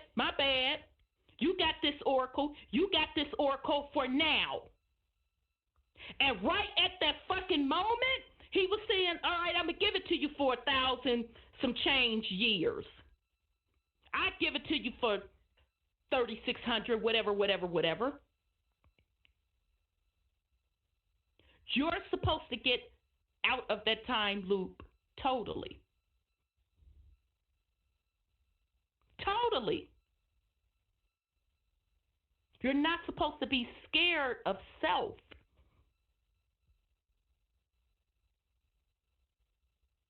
You have to let these childish things leave this shit behind. All of these systems, all of these deities, you're supposed to leave that shit behind. Go create.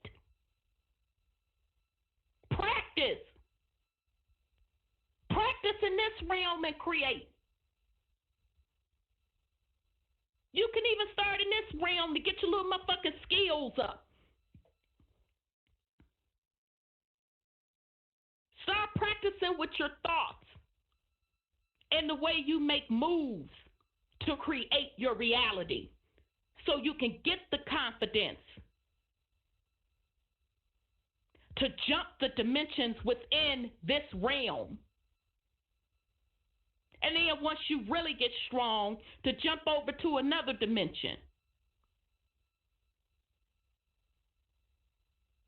You are the ancient one.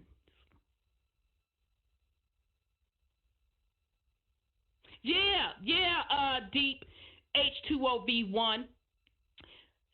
It wasn't ironic at all. Don't you find it ironic that the Oracle in the Matrix is a melanated woman? Was that by design / hidden in plain sight? It was actually hidden in plain sight. In they fucking defense, they put the shit out there. Absolutely, they put it out there. We already know. Absolutely. Absolutely. And when I got off the checkerboard, being I got off that motherfucking chessboard, and then I got to thinking, I'm like, hold up, Oracle.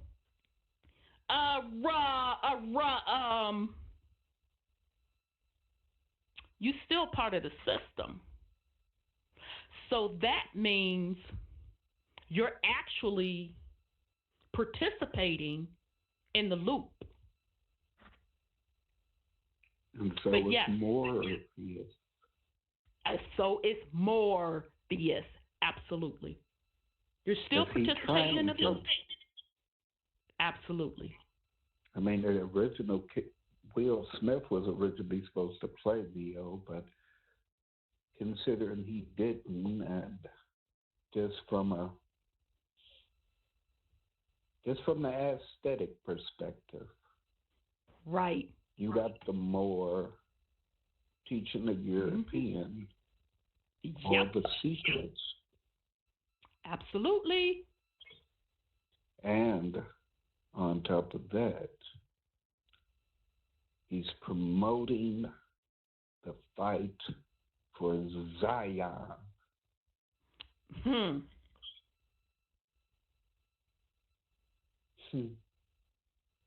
Which is still another program. They showed you the gatekeepers in that motherfucker. They literally showed you the motherfucking gatekeepers. And they showed you the man that held the keys. It's all there. And he was Asian, right? Yep, he was Asian. Go on, break that shit down. Absolutely. Deep H2O. They show us everything. No. That's part of one of the universal laws. Now, as far as for the Asian guy having all the keys, we send majority of our food over there to be processed, right? Majority of our pharmaceuticals come from there, right? Majority right, of our right. Have been coming from there, right? They've yes. been the key.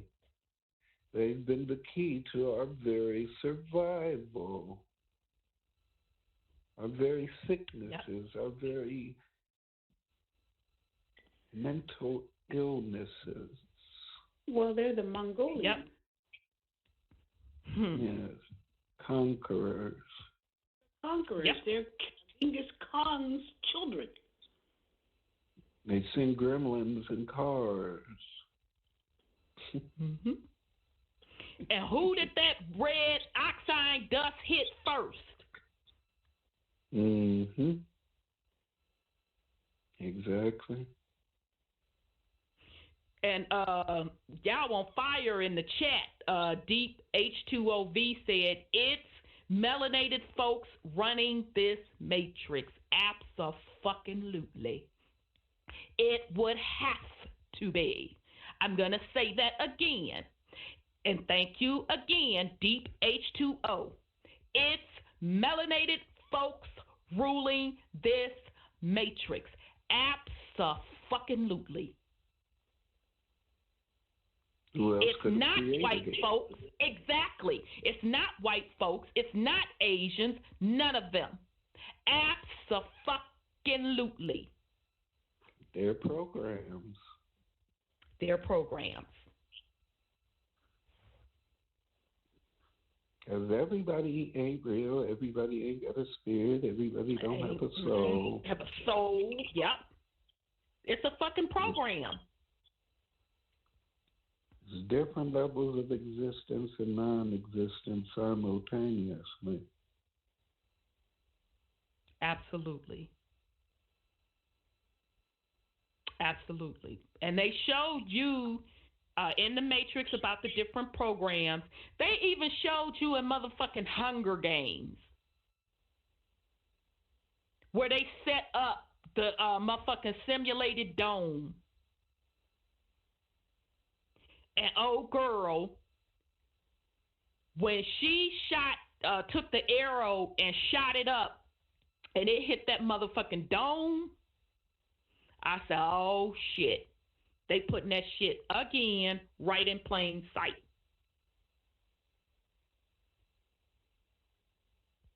Okay, so they're putting it out there. They have been putting it out there.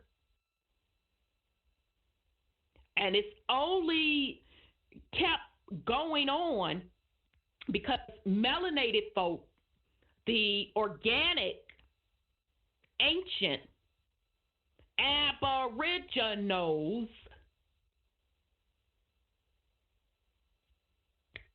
didn't step up. Still disconnected from the land. That's all I hear about everybody for the most part. For the most part. Most of the folks that's talking about indigenous, this and that, 99.9% of them are not talking about the land. 99.9% of them are not talking about Mother Earth. It's just to get it back, to get it back, to get it back. Nigga, to do what?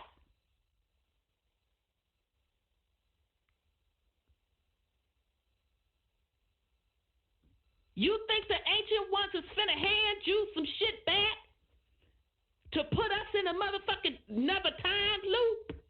Not finna happen, bruh. Not finna happen, sis.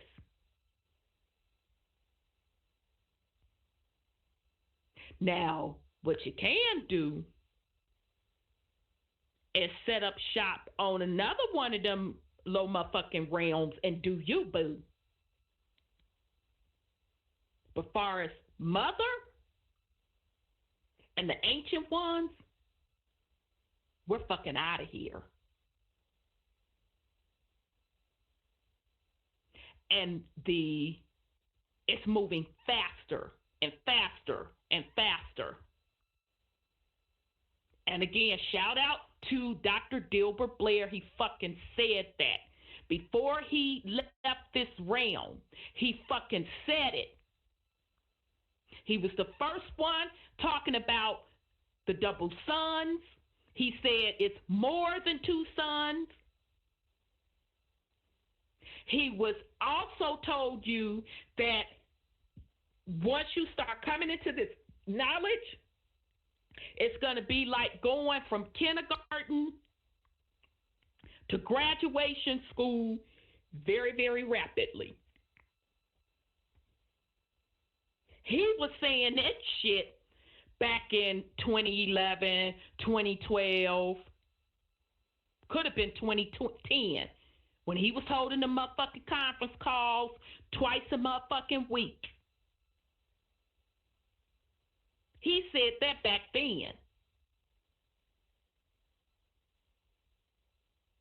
So we're at that point. We're literally and figuratively, we are at that point now. So whatever you want to call it, whether you want to call it the Mayan calendar and them thing, whether or not you want to call it Armageddon, whether or not you want to call it the motherfucking rapture, whether or not you want to call it motherfucking wormwood, whether or not you want to call it the motherfucking new age, you are witnessing it.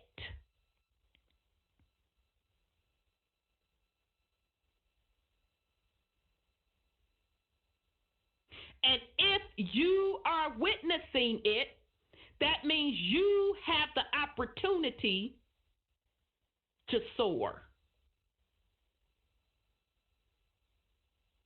And even if you have to leave some folk behind in the lower realm because they're not ready,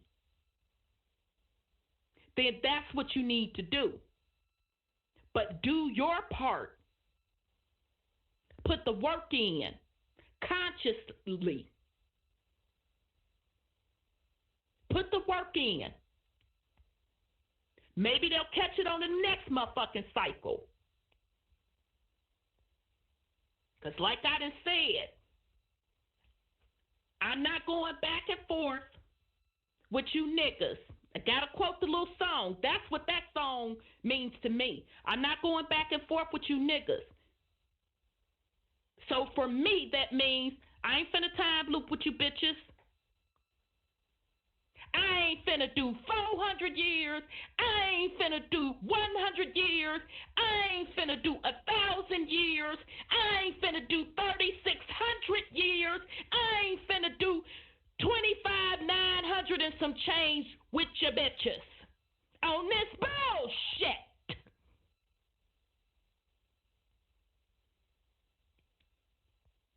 I done my part. I'm keeping it moving. It's just that simple. Grow up. Let go of the titles that you want to be important. Yeah, okay, yeah, melanated people, we started it, this, that, and the other. We're multi-dimensional beings. Yeah. Okay, and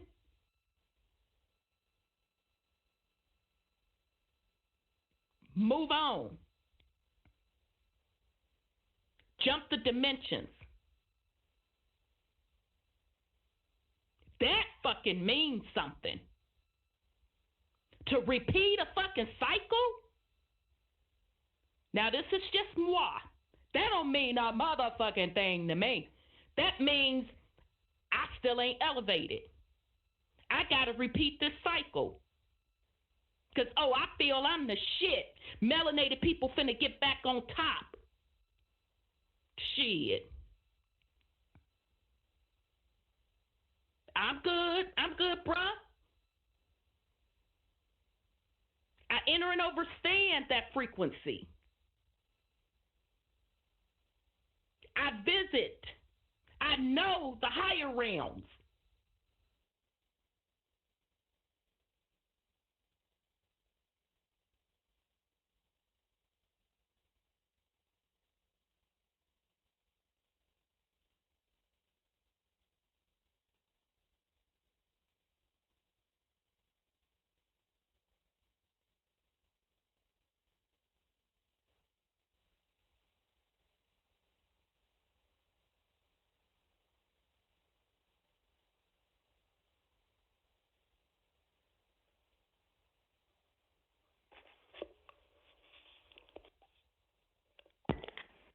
What happened?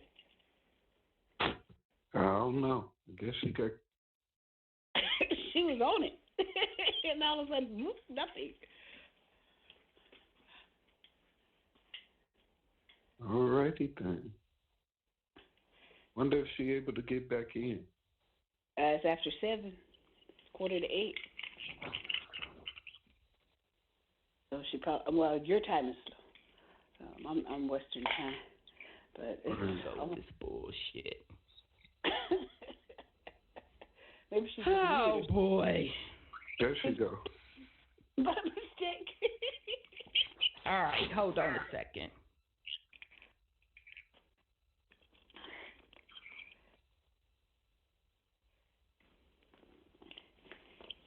All right. So I apologize if you all can't hear me. We can hear you now. Now? Can you hear me? Yep. Yeah.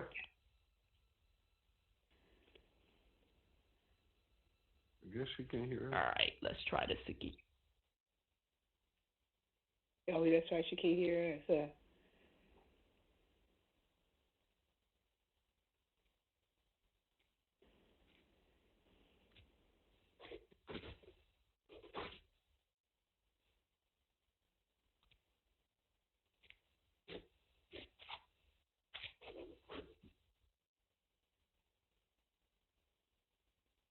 Now we can hear her. I can't hear y'all. We can hear you now. We can Can hear you hear us?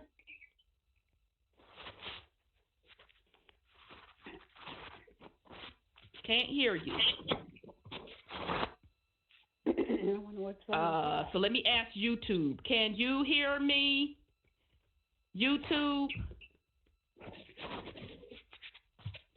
Okay. Sis, is that you? No, I haven't said anything. I'm sitting here listening to you. Didn't you hear me say if you can hear, sis, let me know if speak. We did. You couldn't hear us. Right, Oh, we okay. sure did. Okay, my fault. I'm like, God damn it, now. All right, I guess. Okay. All right, I guess, yeah, we really going in and, you know, in the little system's defense a little bit. Sometimes when you really going in, you're putting off so much energy and frequency that you can impact these motherfucking fucked up ass electronics. Yeah. So in these platforms defense, you know, earlier I do say that we were being fucked with, and you know they'll be dealt with behind that. But I'm not gonna put that on them. I just think we went in so much that our frequency kind of impacted the you a mess, Deep H2O. You said I jumped a time loop. Shit. Woo, baby, as we say in the South. Okay, Brother Sean, I know you had sent me a text saying, come on with Andrew Jackson's funk ass. All right, so the source for this series, The Real Pilgrims, the true story of immigrants coming to America. We're on part 20. The source, two of the main sources are White Trash, The 400-Year Untold History and Class in America by Nancy Eisenberg. And then they were white and they were slaves. And that is by Michael A. Hoffman II. All right.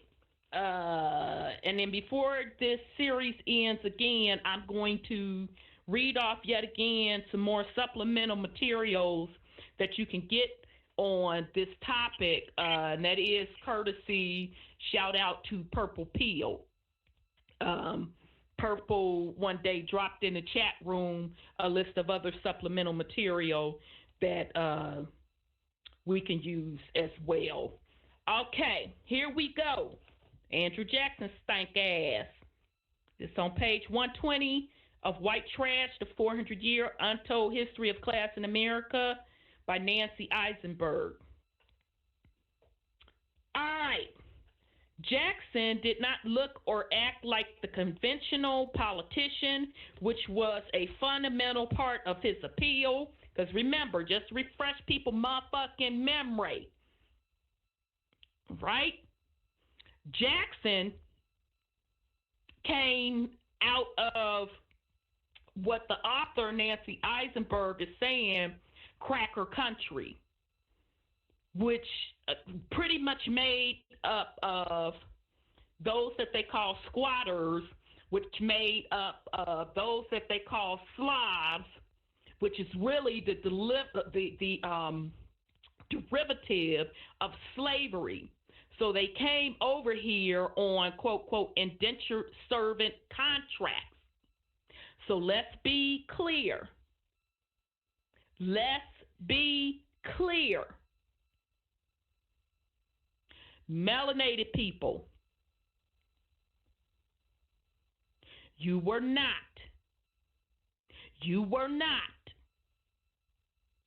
the first slaves.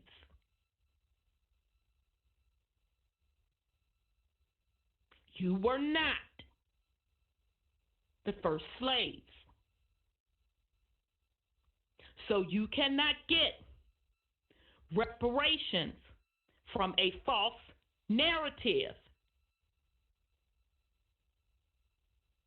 You were enslaved because of prisoners of warfare that occurred. And that's not even everybody, because if you do the research on your records, chances are you're not even going to find slaves. You're going to find where your folks were farmers. You're going to find where some of your folks were melanated Europeans. Okay? The first slaves were the white indentured servants, the Slavs.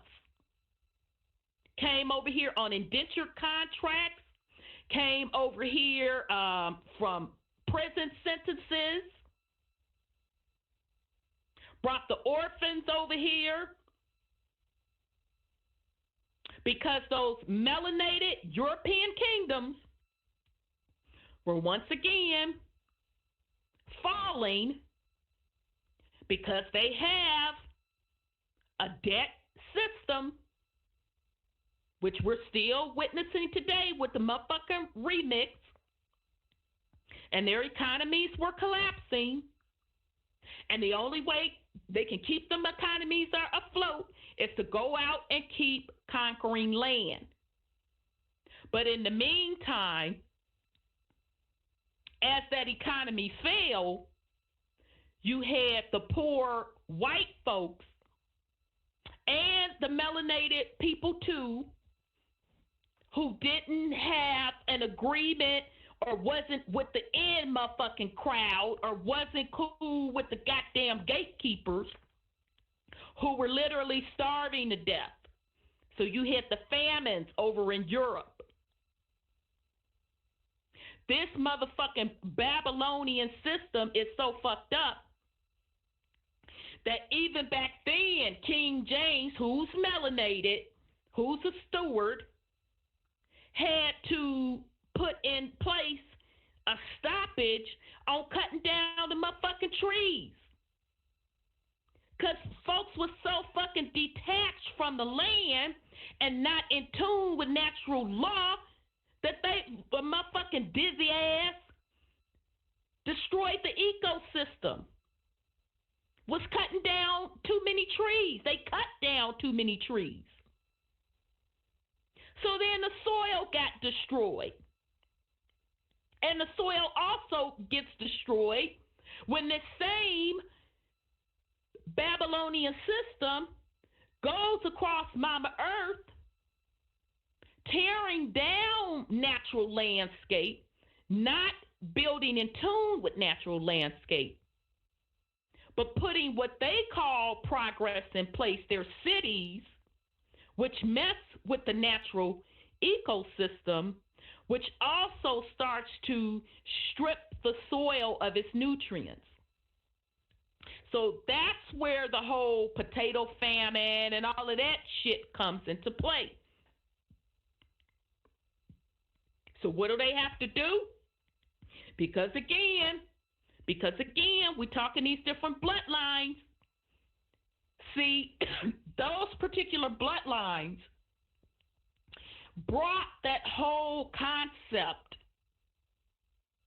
of debt and of wealth, monetary system, from their particular dimensions.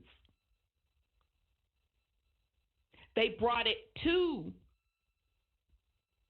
our realm, to Mother Earth. And it's separate from natural law, because Mother Earth is based on natural law. All right? So that meant they have to keep going out conquering land. And what do they use as justification? Absolutely, Rhonda, it's me. Conquering, terraforming. Absolutely. Terraforming. Terraforming the land. They showed you this shit in Avatar. They showed you the shit in Avatar. All right? We see the remnants of the other ancient terraforming when these different bloodlines and entities hit Mother Earth with the cutting down of the trees and digging up the natural resources. So as those particular entities' bloodline kept being put into power because of them conquering Mother Earth and tearing down her trees, putting her to sleep, in essence, putting her people to sleep, the indigenous people of the planet, they just kept going through terraforming,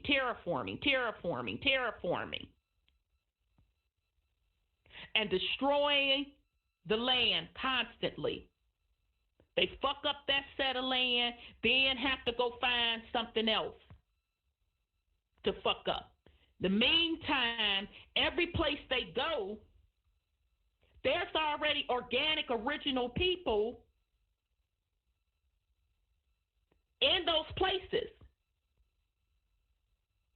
And they use their system, their laws, which went against the natural organic laws, to keep doing the shit. And what did they do? What did they do to get folks to cooperate after they didn't kick their ass? They gave them citizenship. And Jesus. Exactly. They gave you citizenship and their set of laws, their set of rules, their sets of deities for you to use. Because their God told them to go take so-and-so and them shit. I'm not making this up. Go read the motherfucking book, all right? But in the meantime, folks had to flee. All right? So they set their people up, all right? Tried to get their boys and them to come over to the Americas, and they're like, get the fuck out of here. We're not going over there to that bullshit. All right? We'll take these poor people. We'll send the Slavs over there. Okay?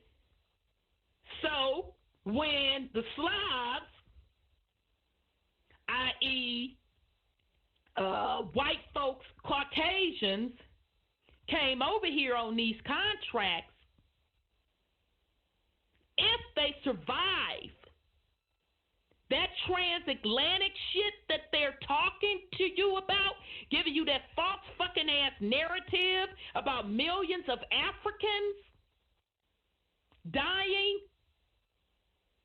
that really applies to Caucasians that died from the journey coming from Europe over to the Americas because they weren't healthy to fucking start with. They were trafficking Caucasians actually fucking from Africa to Europe to the Americas. So they get to Americas on the contract.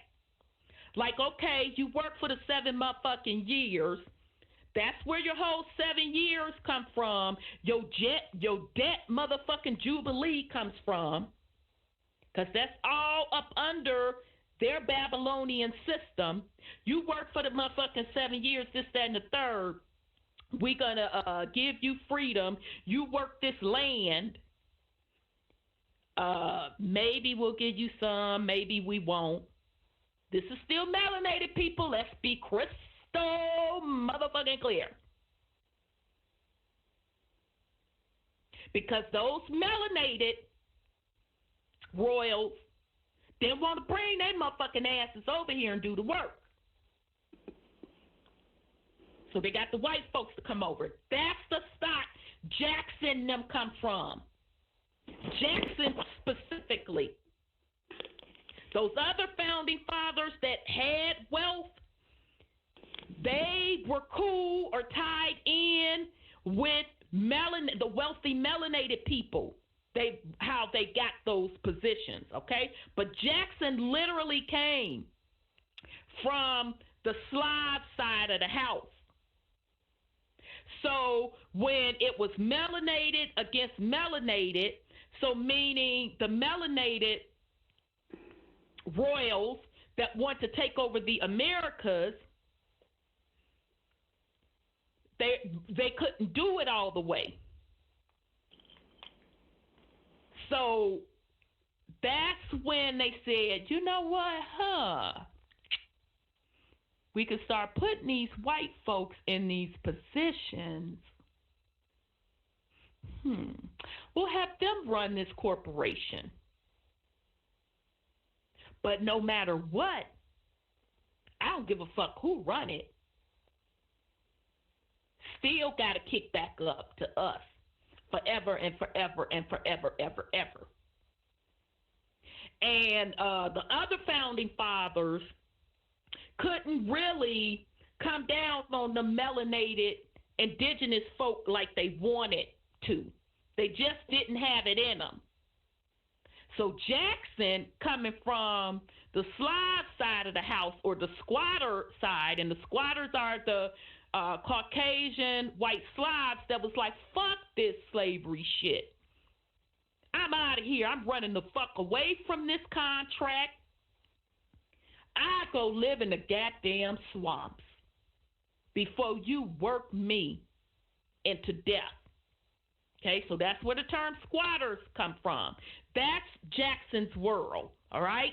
So he was put into power because he was tough. He was going to murder, put those indigenous folk in their motherfucking place, and give his people, meaning the white Slavs, what they deserved, okay, which was land, this, that, and the third. But the only thing is, because again, we keep telling y'all, whoever holds those corporate positions, you still have to be beholden back to Europe, to the crown, to the crowns, plural. He was no different, because he wound up double-crossing his own. So the Slavs still didn't get no motherfucking land. None of that. They were still struggling, this, that, and the third. All right? So then we went on with, we went through all of the treaties, which was bullshit, with the motherfucking Cherokee and Choctaw rather. All of them was bullshit, fraudulent, half-cocked. We walked you through the timeline of the Trail of Tears, okay, where it was literally, what did we say, either 10,000 or 50,000 folk that walked that Trail of Tears over to Oklahoma? 50. 50. Okay, I thought it was 50. So that still tells you that the other million of folks, what happened to them? They became the new slaves,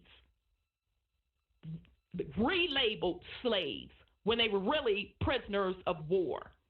They either became the new slaves or prisoners of war, because that's a more accurate term, or they cut some type of deal and wind up getting into some fucked up contract. All right? So that's where we are. Page 120. Jackson did not look or act like a conventional politician, which was a fundamental part of his appeal. When Jackson arrived in Philadelphia from Tennessee, okay, now notice, and Brother Shine, if I read this before, Brother Shine and Sis, just let me know. I call myself marking off where we left off, but forgive me. Just let me know if I didn't. Jackson did not look or act like a conventional politician, which was a fundamental part of his appeal. When Jackson arrived in Philadelphia, now notice Philadelphia. What does Philadelphia represent? Doesn't it supposedly and allegedly represent that organic constitution that niggas want to talk about so motherfucking much? All right. Jackson arrived in Philadelphia from Tennessee to take his seat in the U.S. Senate in 1796. Pennsylvania Congressman Albert Gallatin described a tall, lank, uncouth-looking persona with long locks hanging over his face and a queue down his back tied in eel skin. In later years, the gaunt general struck observers as stiff in carriage and weather-worn. Backwater diseases stalked him, saying nothing of his external appearance. Thomas Jefferson perceived in Jackson a man of savage instincts. Once he observed him so overcome with anger that he was left speechless. Okay, so you gotta enter and understand that Jackson came from the squatter world. So meaning his folks were the slaves. So I could see that anger. That's the same anger that melanated folks that are indigenous have taken on because they have taken on the fucking title as a goddamn slave. So I know that anger very well. Trust and believe. All right. Not known for his subtle reasoning, Jackson was blunt in his opinions and quick to resent anyone who disagreed with him. Shouting curses put him in the company of both common soldiers and uncouth satirists, captured such frontier types. Folks known to be squall, loose jaw, and slam an angry oath. Jackson's aggressive style, his frequent resorting to duels and street fights, his angry acts of personal and political retaliation seemed to fit what one Frenchman with Jackson sympathies described as the Westerner rude instinct of masculine liberty. By this code, independence came from clearing the land and potential threats. The threats could come from Native Americans, rival squatters, political adversaries, or what the corncracker in Davy Crockett's Almanac of 1837 described as ill-skinned Easterners who used fancy words to get what they wanted. Okay? And just side note, Davy Crockett came over here on the motherfucking, he was a prisoner. He came from Europe over here on a prison legal. Sorry, y'all, I lost my place trying to look at the board. God doggone it. Oh, the cracker survivalist ethos invariably trumped legal niceties or polite decorum. It was the traits that shaded Jackson's public image in the cracker mode.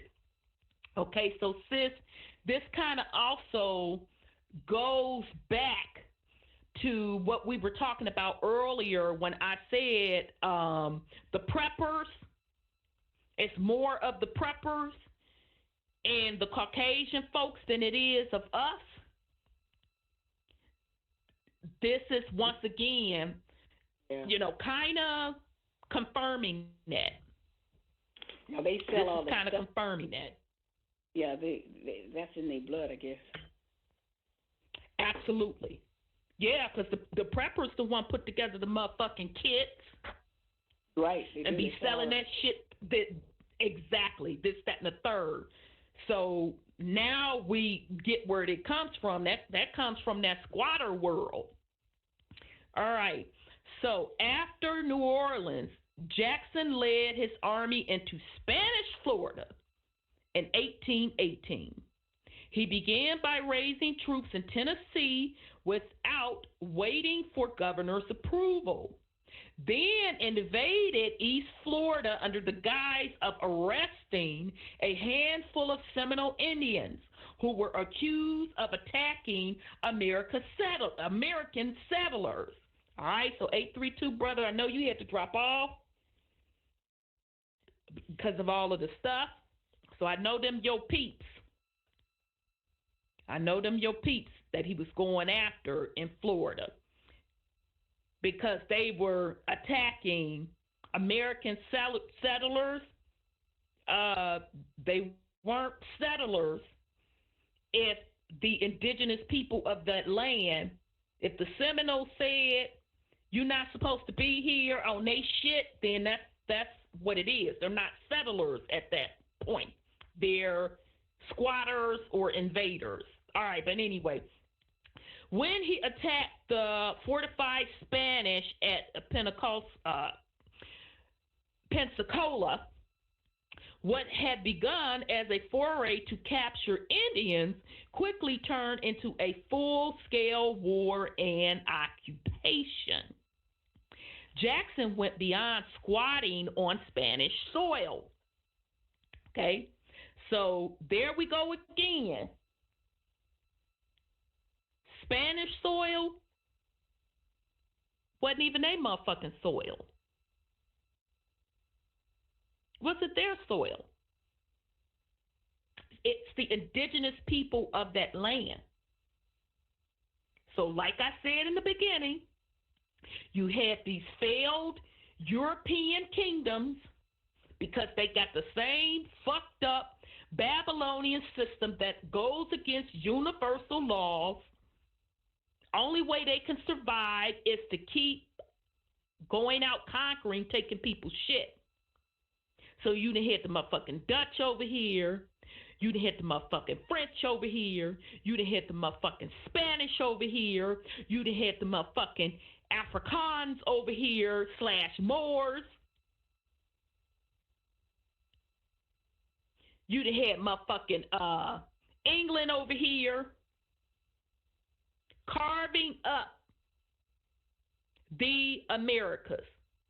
Then start fighting each other for something that still wasn't fucking theirs out the gate. Jackson went beyond squatting on Spanish soil. He violated his orders and ignored international law. After overtaking several Florida towns and arresting the Spanish governor, he executed 2 British citizens. Ooh, shit, baby, he was going in without real cause. The British press had a field day, calling the U.S. Major General a ferocious Yankee pirate with blood on his hands. In a devastating caricature, Jackson appeared as a swarthy, swaggering bandit flanked by a corps of militiamen who were no more than ragged, shoeless brutes beating drums with bones and wearing skulls instead of hats. So let's back up. Did y'all catch that? What she said, how they depicted him? Yep.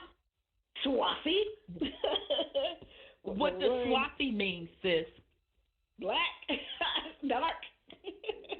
They Yep. put paint on their faces, huh? The black faces, huh?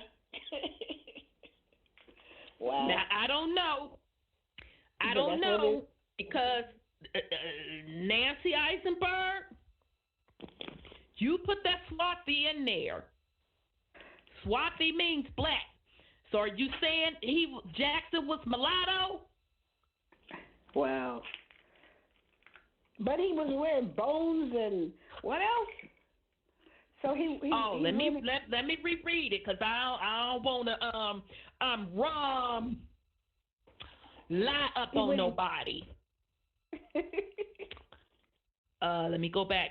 Jackson appeared as a swarthy, swaggering bandit, flanked by a corps of militiamen who were no more than ragged, shoeless brutes, beating drums with bones and wearing skulls instead of hats. Now, I got to sip some motherfucking water behind that. What kind of costume was that? A pirate, an Indian, or what? Wow. All I'm saying is Swathi. He appeared as. That's weird.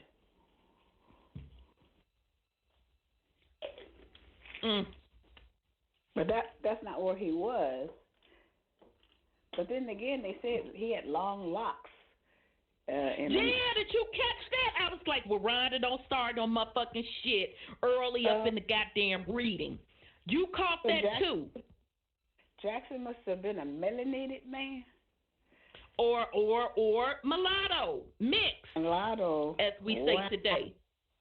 That now. Yeah, H2OV1 said he was tribal. He wasn't what they told us. God damn it, I got to, baby. Baby. Whoa, man. We know what the fuck Swathi means. Do you know that these, supremacists will probably throw up if they knew that? Baby. Oh, my God. That'll knock you out. Wow. That ain't right. Because we already showed you in the promo with the rotating pictures how them founding fathers, some of them look Swathi than a motherfucker to me. And then he has the name Jackson, which we know is melanated. Oops. Which we know is melanated. Wow. And we know that I'm sorry, go ahead, sis. They probably are, what them calls with the 6 digits, fingers and stuff. Oh, yeah, I forgot what you said that was. Yeah, but we know he was European. We do know that. So that means he came over here as an indentured servant, but he may not have been Caucasian. Or a free man. I don't think he could have been free. Shit, they lie about every fucking thing else. Damn, y'all, this is deep. Oh, it's a turn. Yeah. So shit, them locks could have been actually locks. And he had a he had an eel tie on it too. I thought, an eel? What are they doing out in the swamps? Well, because if he was in the swamps, the eel thing didn't so much throw me. I'm like, okay, he was in the swamps. He was around indigenous people who was wearing all of that stuff. So he just picked up what they was doing. But, baby, we can't get past the motherfucking Swathi. No. With bones, beating drums. Oh, Deep H2OV1 says Many Europeans during that time period were tribal. They just don't tell white folks that. And I would agree with you on that, because shout out to, again, the autodidactic man. He shows where white folks are dressed tribal. You absolutely motherfucking right. Deep H2O. Which would make sense they're dressed tribal if they were over here in the motherfucking swamps, this, that, and the third, so they picked up the cultures of those indigenous. But the black? But the Swampy? Goddamn. We can't get past that one, y'all. We can't get past the Swampy. Baby, baby, baby. Well, I wonder what Trump would think about that. You don't think he know that? They know this stuff, sis. They know. And David Icke.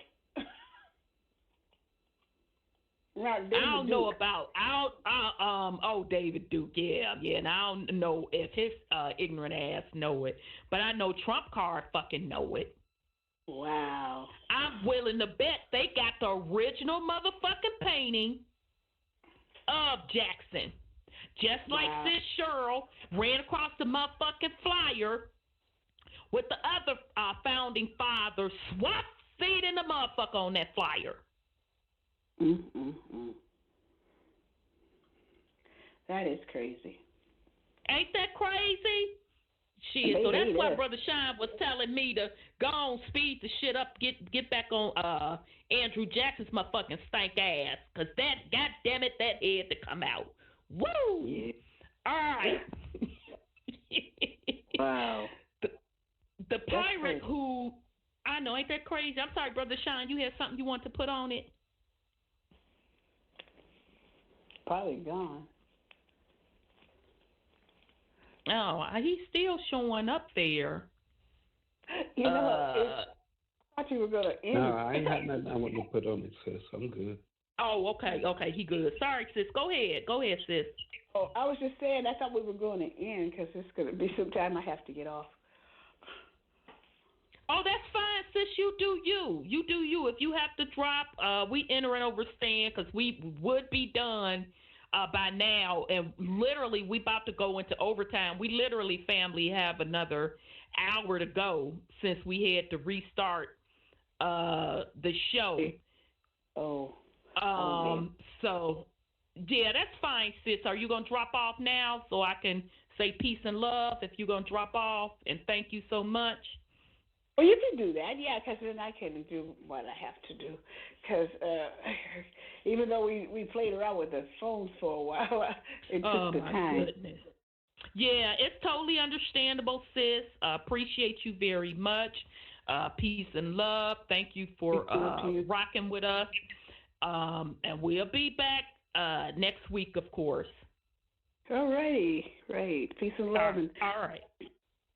Listen to the world and watch fall, I guess. Exactly. Keep your popcorn popped. It's a show, ain't it? Ain't it? For sure it is. For sure, right. for sure it is. Peace and love, family. All right, sis. Peace and love. Shit, we was going in so hard, I didn't even know it was like 11:24 Eastern time. All right, so here we go. 8:30 something my time, so. Yeah.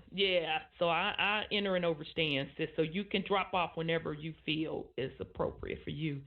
All right.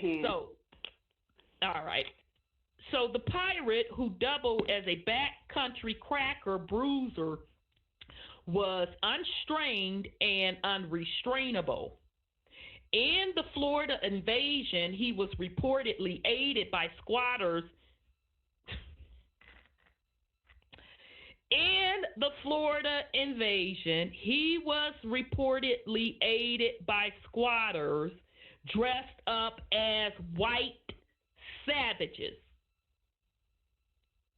who may in fact have been in the true catalyst behind Jackson's controversial action. The Florida conflict had all the signs of a squatters' war. Soldiers reported that Seminole warriors only attacked cracker houses, leaving those of the British or the northern settlers untouched. All right, so let me sip my water. I'm gonna have to reread that. I have to reread it. I want that to sink in for you all. The Florida conflict. All right, so Brother 832, when you listen to this back next week, I would like for you to come back and put something on that and give me your thoughts on this. The Florida conflict had all the signs of a squatters' war. Soldiers reported that Seminole warriors only attacked cracker houses, leaving those of British or northern settlers untouched.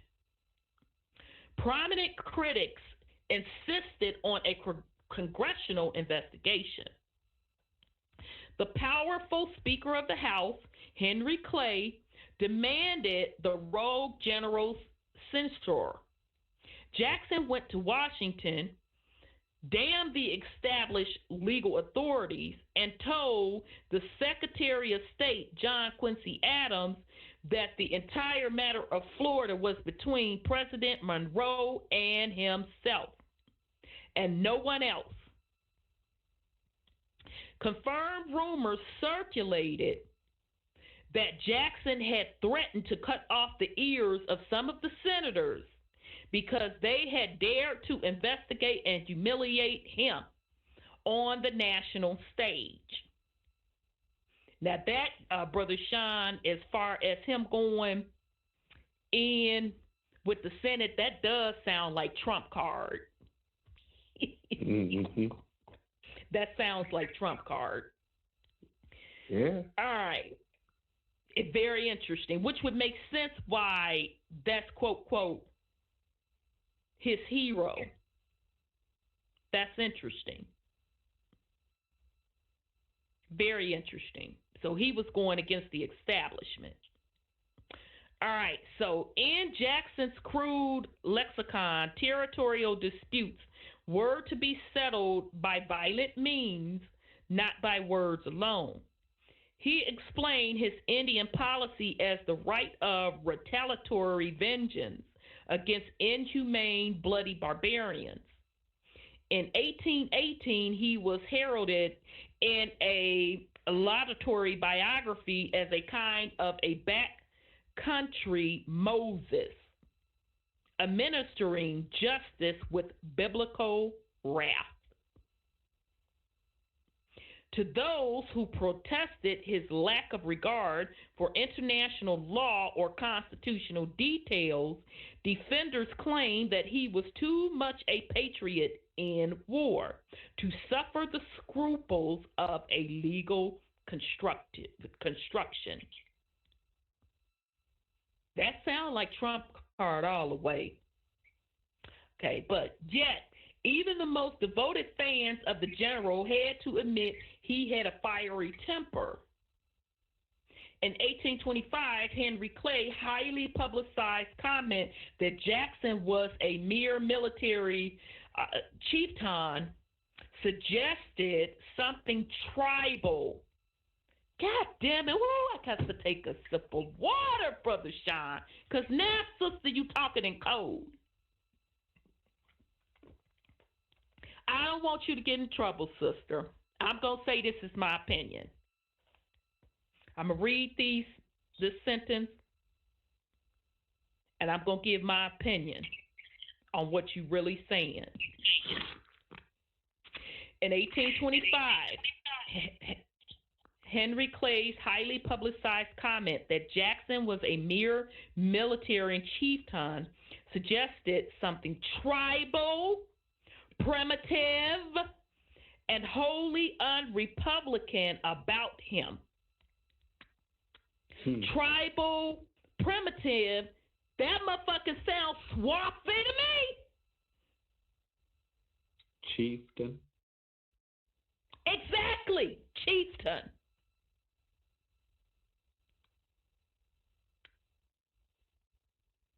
Mm-hmm. Don't sound like he was Caucasian to me. Baby, this shit. Everything. They have whitewashed everything. Absolutely.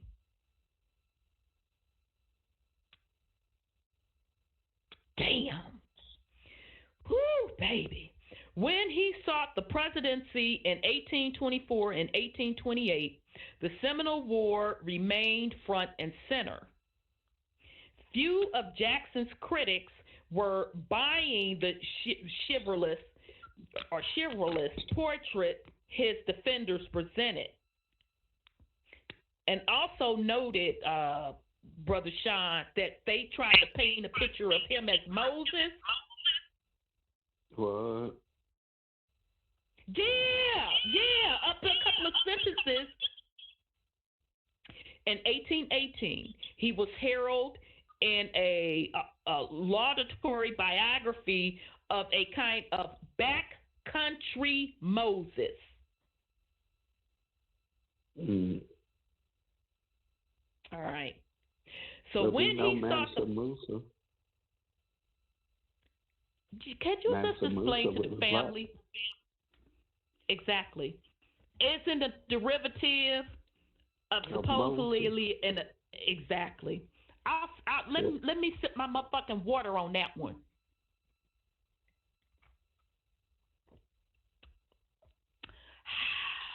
So I'm gonna say that again, family. Moses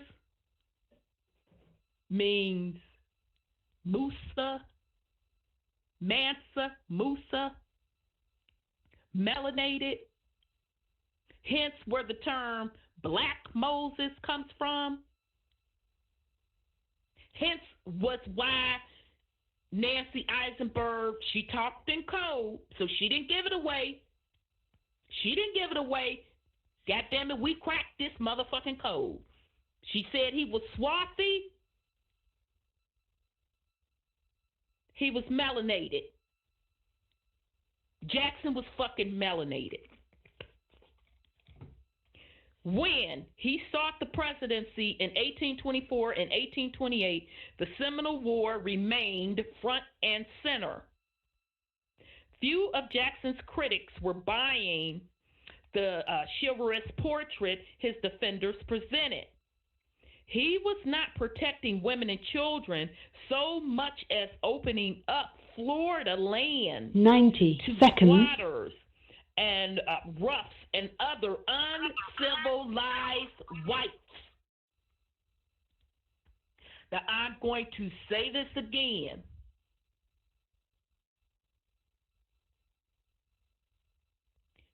For melanated people, I want you to fucking listen to me clearly.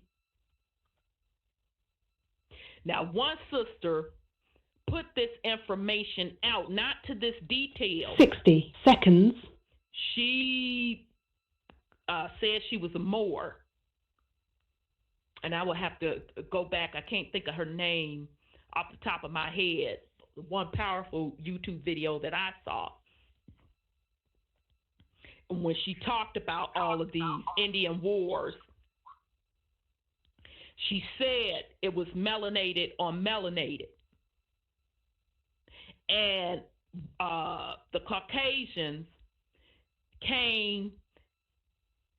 stepped in, and was just able to walk into those roles because of all of the fighting between the melanated. Okay? 10 seconds. So you are once again seeing this shit is fucking tripping me out, y'all. Because folks sitting up here thinking that Jackson, and we should have known just by the name Jackson, right? Mm-hmm. We should have fucking known by the name Jackson that he was some white man, and here he was, a melanated man. At the minimum, mulatto, still melanated, shit. He was not protecting women and children so much as opening up Florida lands to squatters and roughs and other uncivilized whites. Now,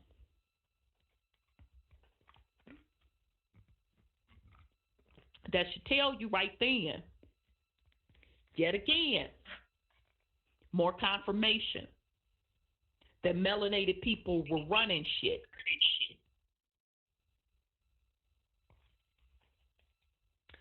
But unlike Crockett, Jackson was never a champion of squatters' rights. In order to remove them, he used the military to do the job. Okay, so before I get off of that one part, I want to compare Jackson again to Trump card. Because who is Trump card's political base?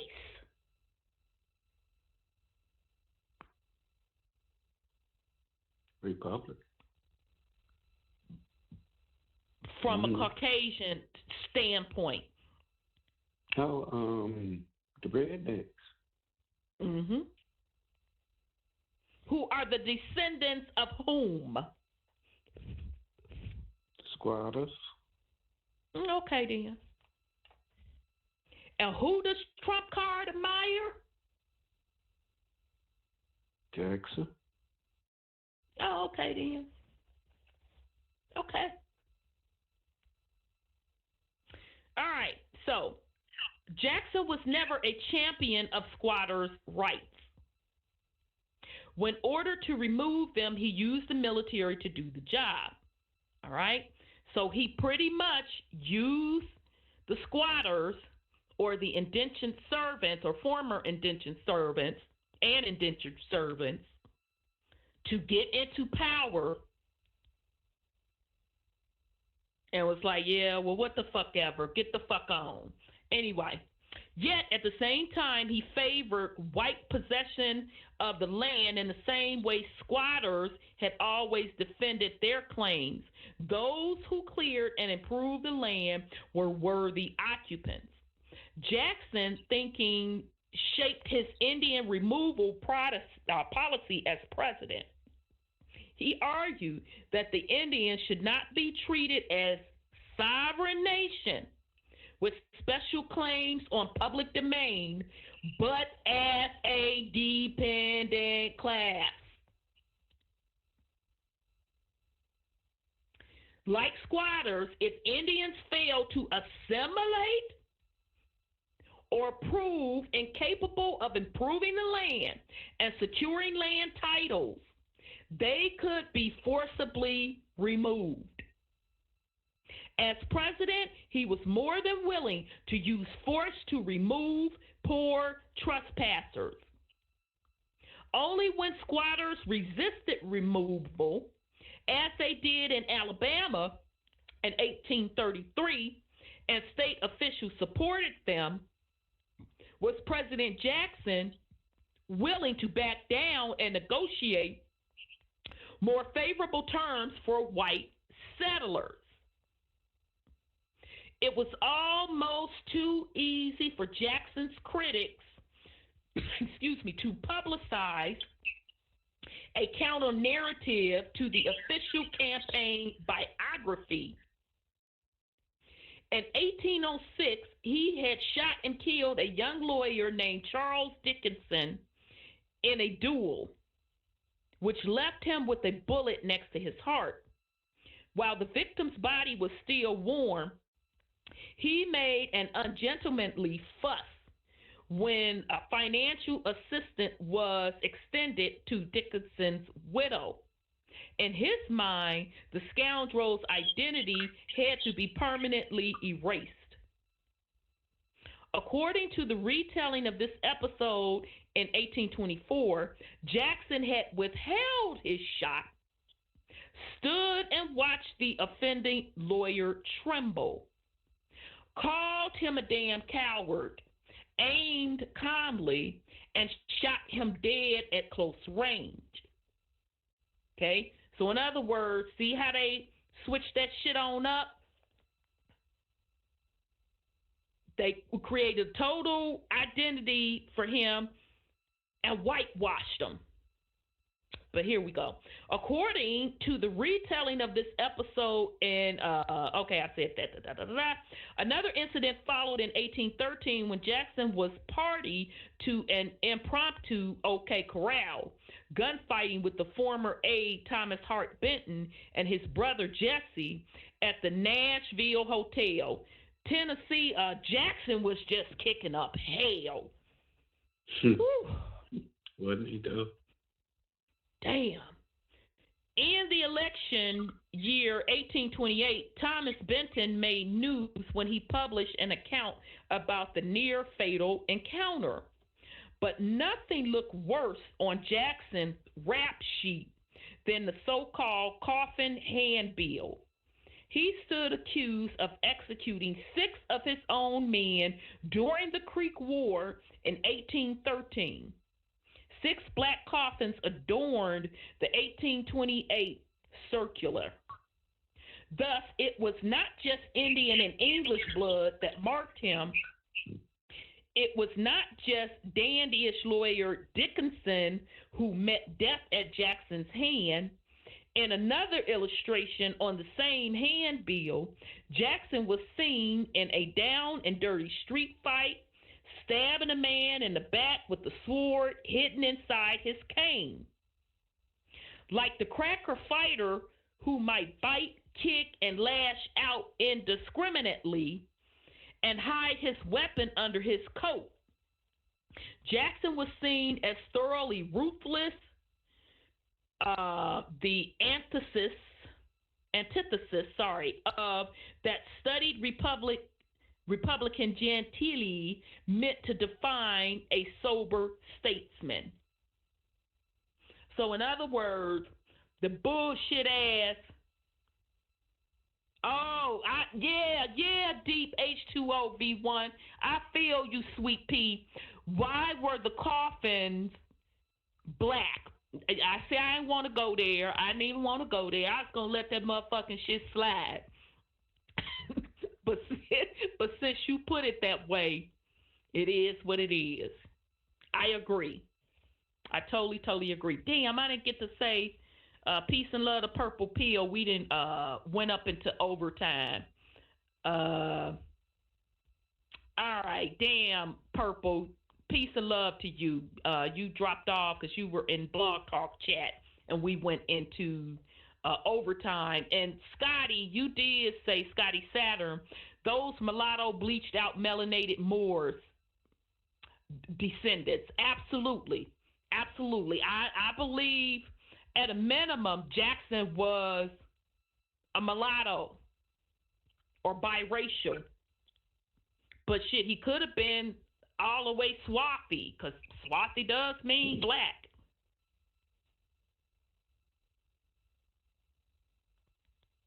So maybe with them at that time, complexion didn't matter. Swarthy was swarthy. You know, the darker ones, they usually compared them to Ethiopians.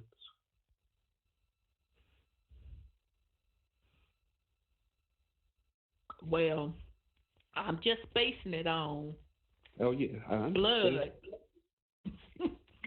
Exactly. Didn't one of the motherfucking founding fathers say that everywhere he looked, it was swarthy, that it was very little white folk across the motherfucking planet, and he went down naming the different areas of them swarthy folk? So I'm only basing it on swarthy. I'm only basing it on looking up what the word's supposed to mean.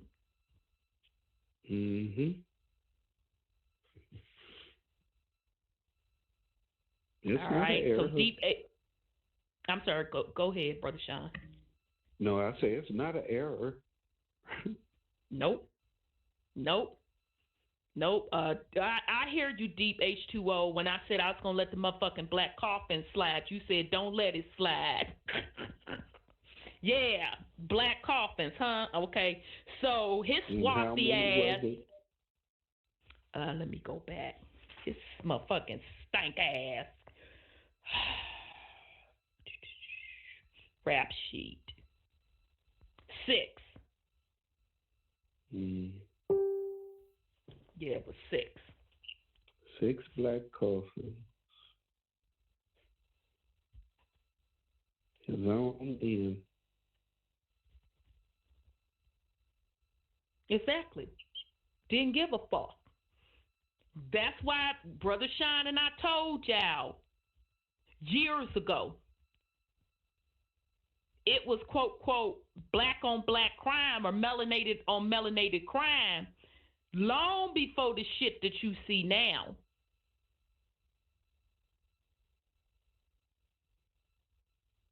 Long before the motherfucking shit you see now.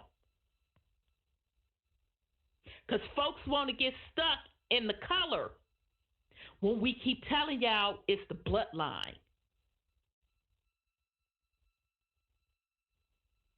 It's the bloodline. It's not the color, it's the bloodline. Now remember before I got to the Swazi part, when they was describing Jackson saying he was angry, the frequency brought me to, I understand that anger. I understand it. And what did I say? And melanated people that take on them slave titles. And then 1-2 motherfucking pages in, this motherfucker is Swazi?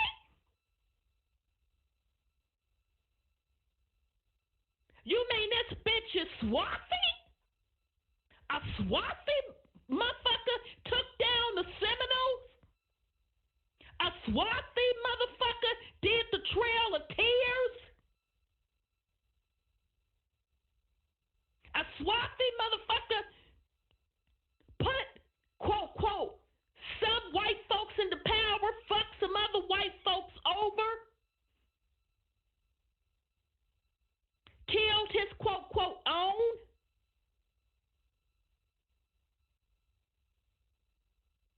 But you want to concentrate on the Caucasians? Shit, better get your head out your ass.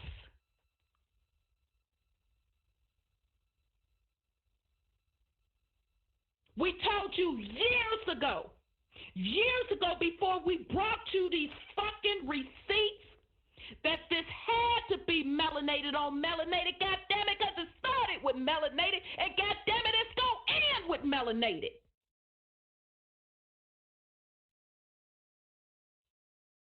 It's bloodline. All right. I ain't gonna lie, y'all, though. This Swazi shit on Jackson, woo, baby. Damn. All right. So, great pains have been taken to represent me as having a savage disposition, who always carry a scalping knife in one hand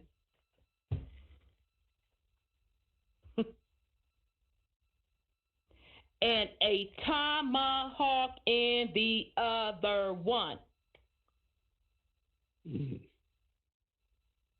Always ready to, exactly, always ready to knock down and scalp any and every person who differed with me in opinion, while denying the caricature, he could not deny his violent streak. So let me just motherfucking recap. Want y'all to enter and overstand.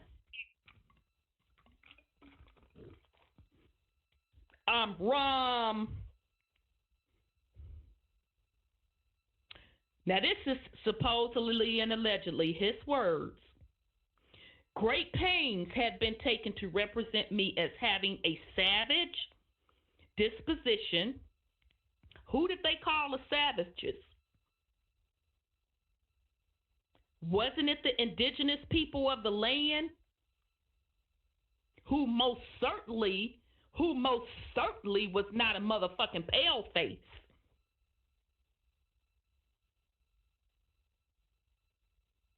All right? Who always carried a scalping knife in one hand and a tomahawk in the other. What the fuck would a pale face be doing with a tomahawk?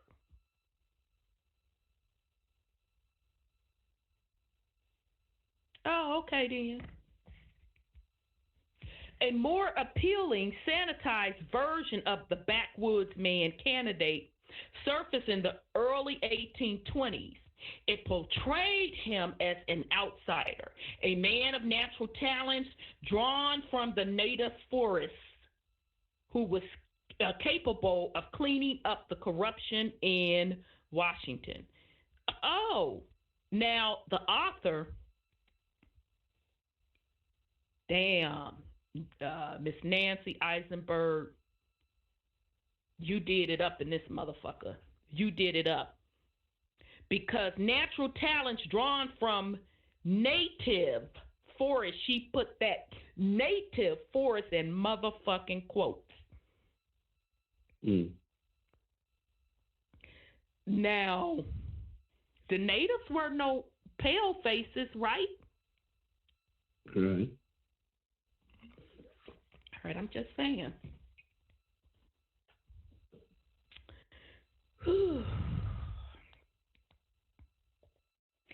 His nomination provoked sneers and derisions from the Merry Maidens of power at Washington, wrote one avid Jackson man who decried the degeneracy of American feeling in that city.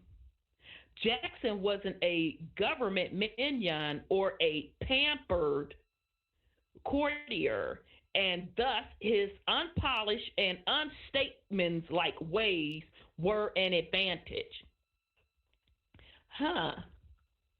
Sounds like Trump card to me, because they talks about him like a motherfucking dog. And not having a certain pedigree, and he don't know how to talk, and he always fly off the motherfucking handle. Exactly. In 1819, in a speech before Congress, David Walker of Kentucky used this kind of imagery to reproach members of the House for I can motherfucking make this shit up. This woman laid this goddamn book out. In 1890, in a speech before Congress, David Walker of Kentucky used this kind of imagery to reproach members of the White House for investigating Jackson's activities in the Seminole War.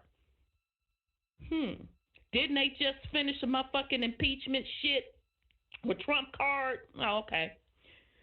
Walker emphasized the class as well as cultural divide separating representatives in the Capitol from Americans living on a distant Florida frontier. Jackson's long experience as a hardy and weather-beaten general had instilled in him a better sense of judging the conditions of a frontier war. He understood firsthand the suffering and hardship of besieged families.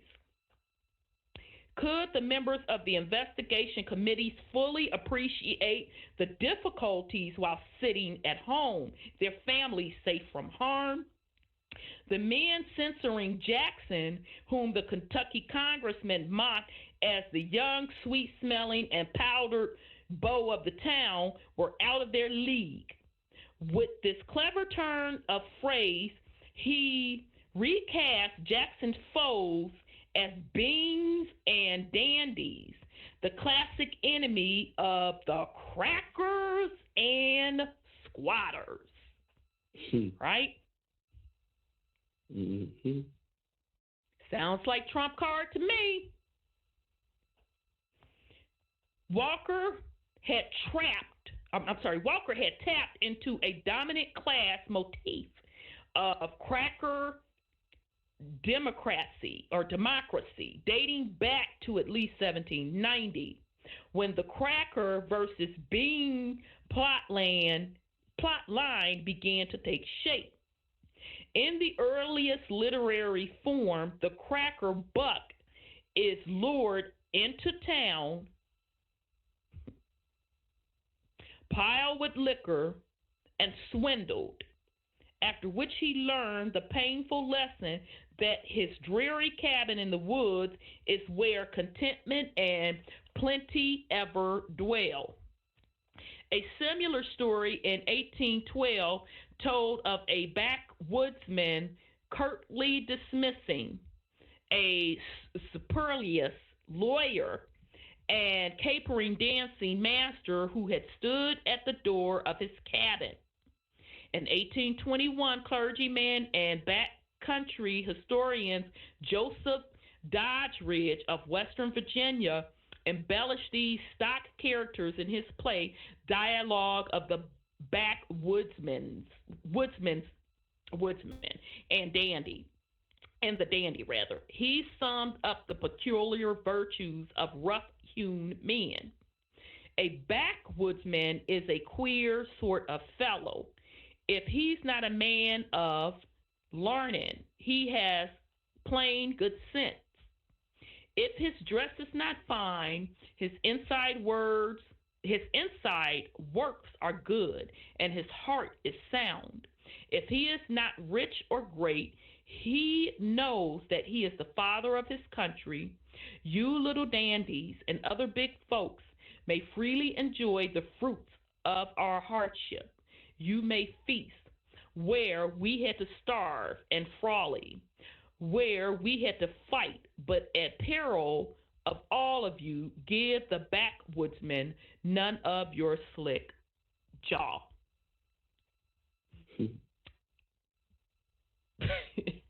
All of this explains. I'm sorry. Go ahead, Brother Sean. What you say? None of your slick jaw. I'm just, just his phrases, his speech. Yeah, absolutely. Okay. We got a little bit left. All right. I'll go for about 15 more minutes, and then we'll wrap it up. Yeah, we should be able to get to this funk ass. Whew. All of this explained Congressman Walker's counterpoint in distinguishing General Jackson from the congressional investigators. Sounds like trump card to me. The Bean was an effete snob, and his ridicule an uncalled for taunt. The real men of America were Jacksonians, the hardy native sons of Tennessee and Kentucky. They fought the wars. They opened up the frontier through their sacrifice and hardship. They fathered the next generation of courageous settlers.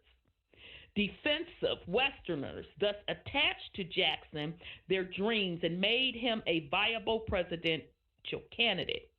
Another way to promote their cracker president was through humorous exaggeration. As the different coffin handbills made the rounds in 1828, Jackson men used Crockett-like humor to defend him, claiming that the general was really guilty of having eaten 6 militiamen, swallowing them all, coffins and all. When John Quincy Adams supporters circulated a note written by Jackson filled with the misspelling and bad grammar, Jacksonians praised him as self-taught. Right now, if you're listening to this YouTube, scroll across the screen.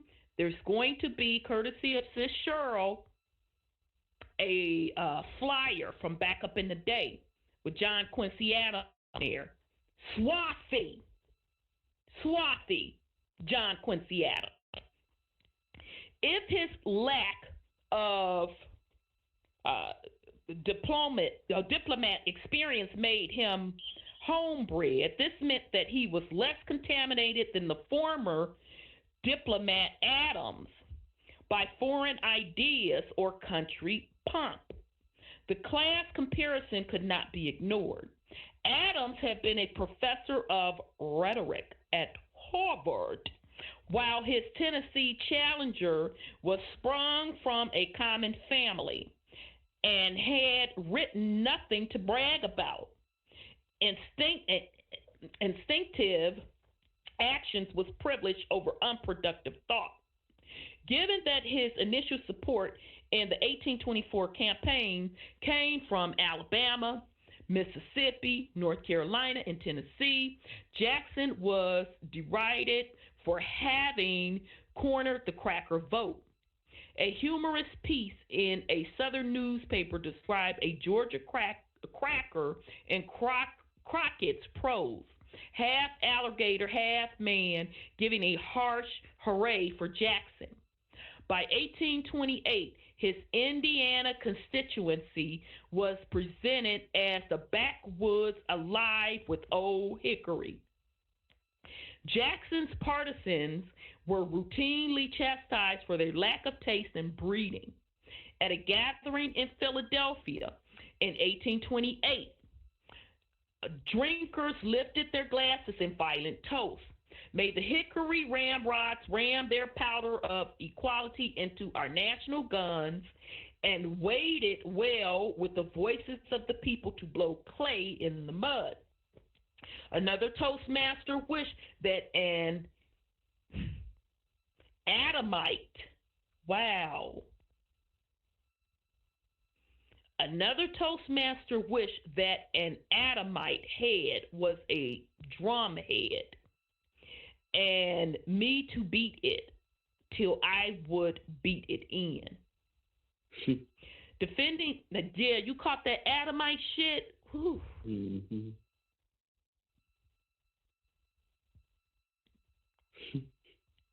This shit is deep. Yep. Deep H2O. How would the black populating react if they found out that all these historical figures are melanated and not white? Would that create a psychotic break of a case of listeria? I don't know, Deep H2O. I don't know.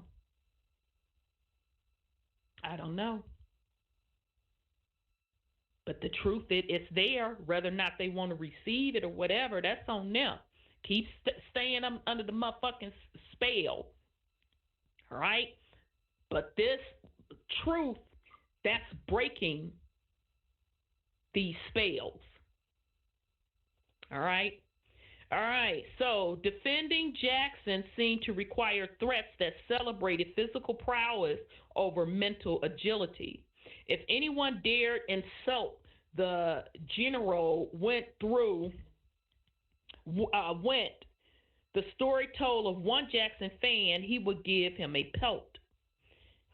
Fighting and boasting was paramount in lower class Jackson circles, or as one cracker candidate pledged as war whoops arose from the anti-Adams audience. If so, I'm elected. General, government shall wear the print of these 5 knuckles. Okay, so that's the bad grammar that she's putting in there. The general, I guess it's supposed to be the general government. In 1828, though 2 years in the grave, Thomas Jefferson was resurrected to prove that Jackson was of the wrong stock. Jefferson's former neighbor and longtime secretary of James Madison, Illinois governor of Edward Coles, recalled Jefferson's nasty quip as the 1824 election neared. One might as well make a sailor a cock or a soldier a goose as a president of Andrew Jackson. High executive office was beyond the reach of Jackson's, whose questionable breeding clearly disqualified him. The candidate's private life came under equal scrutiny. His irregular marriage became scandalous fodder during the election of 1828. His intimate circle of Tennessee confidants scrambled to find some justification for the couple's known adultery. John Overton, Jackson's oldest and closest friend in Nashville, came up with the story of accidental bigamy, claiming that the couple had married in good conscience, thinking that Rachel's divorce from her first husband had already been decreed. But the truth was something other. Rachel Donaldson Roberts had committed adultery, fleeing with her Paramount Jackson to Spanish-held Natchez in 1790. So Natchez, Mississippi. I do know that.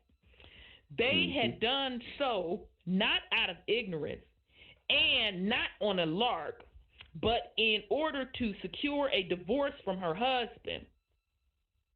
Desertion was one of the few recognized causes of divorce. Okay, so he's just being slick on some personal shit. So who the fuck cares on that? But it just shows you how far back they go on the political game with bringing in motherfuckers' personal life and this, that, and the third. All right. So in the ever-expanding script detailing Jackson's misdeeds, adultery was just one of the examples of his uncontrolled passions. Wife stealing belonged to the standard profile of the black, that was a spiritual slip, backwoods aggressor who refused to believe the law applied to him. And failing to respect international law, he had conquered Florida. And disregarding his wife's first marriage contract, he simply took what he wanted. Jackson invaded the sanctity of his neighbor's matrimonial couch, as the Ohio journalist Charles Hammond declared. Okay, so damn 832, please come back next week and put something on it. This some motherfucking bullshit, y'all.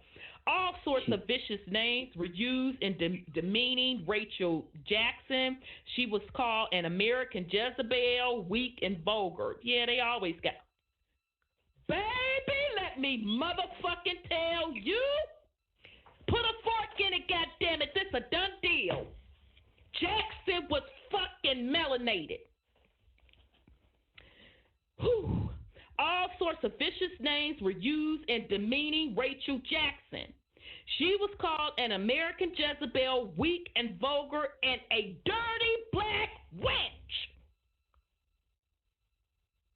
Mm-hmm. So he was fucking melanated. Mm-hmm. So his motherfucking wife, Rachel, that he stepped out on, she was called a dirty black wench.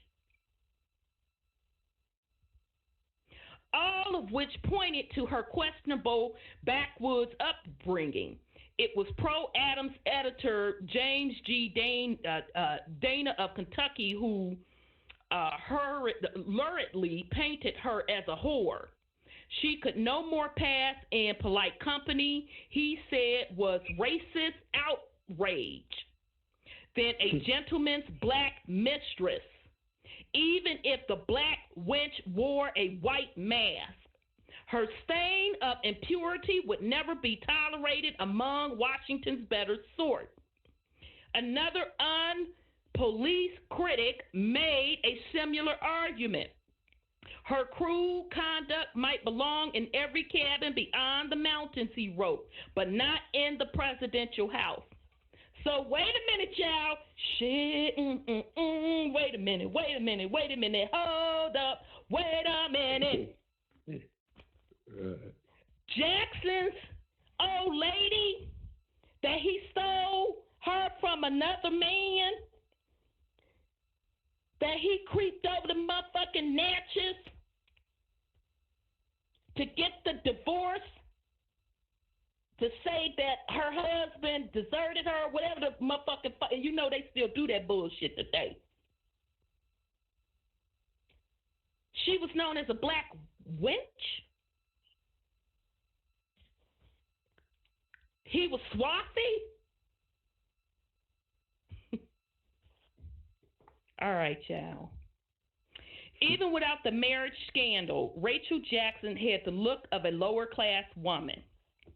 One visitor to the Jackson home in Tennessee thought she might be mistaken for an old washerwoman. Another described her as a fat and skin tan, which may explain the black wench slur. Nah, baby. She wasn't tan. And she damn sure, because if she was pale-faced, goddammit, they would have said she was pale-faced. Like they said he was swarthy, they said she was a black wench. And melanated women, we know that motherfucker want to come on here when they want to throw some racist shit around with that motherfucking wench term.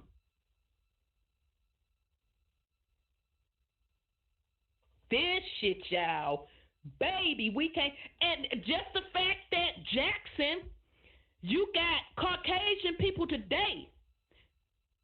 Let's say if he was Caucasian, he was married to a melanated woman. Mm-hmm. Although he wasn't Caucasian, at a minimum, he was mulatto. Baby, we can't make this shit up.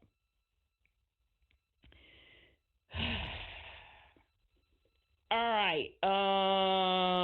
So whiteness was a badge of class.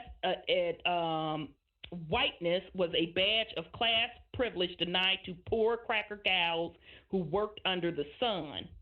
Critics laughed at Miss Jackson's backcountry pronunciations. They made fun of her favorite song, "Possum Up a Gum Tree." She smoked a pipe.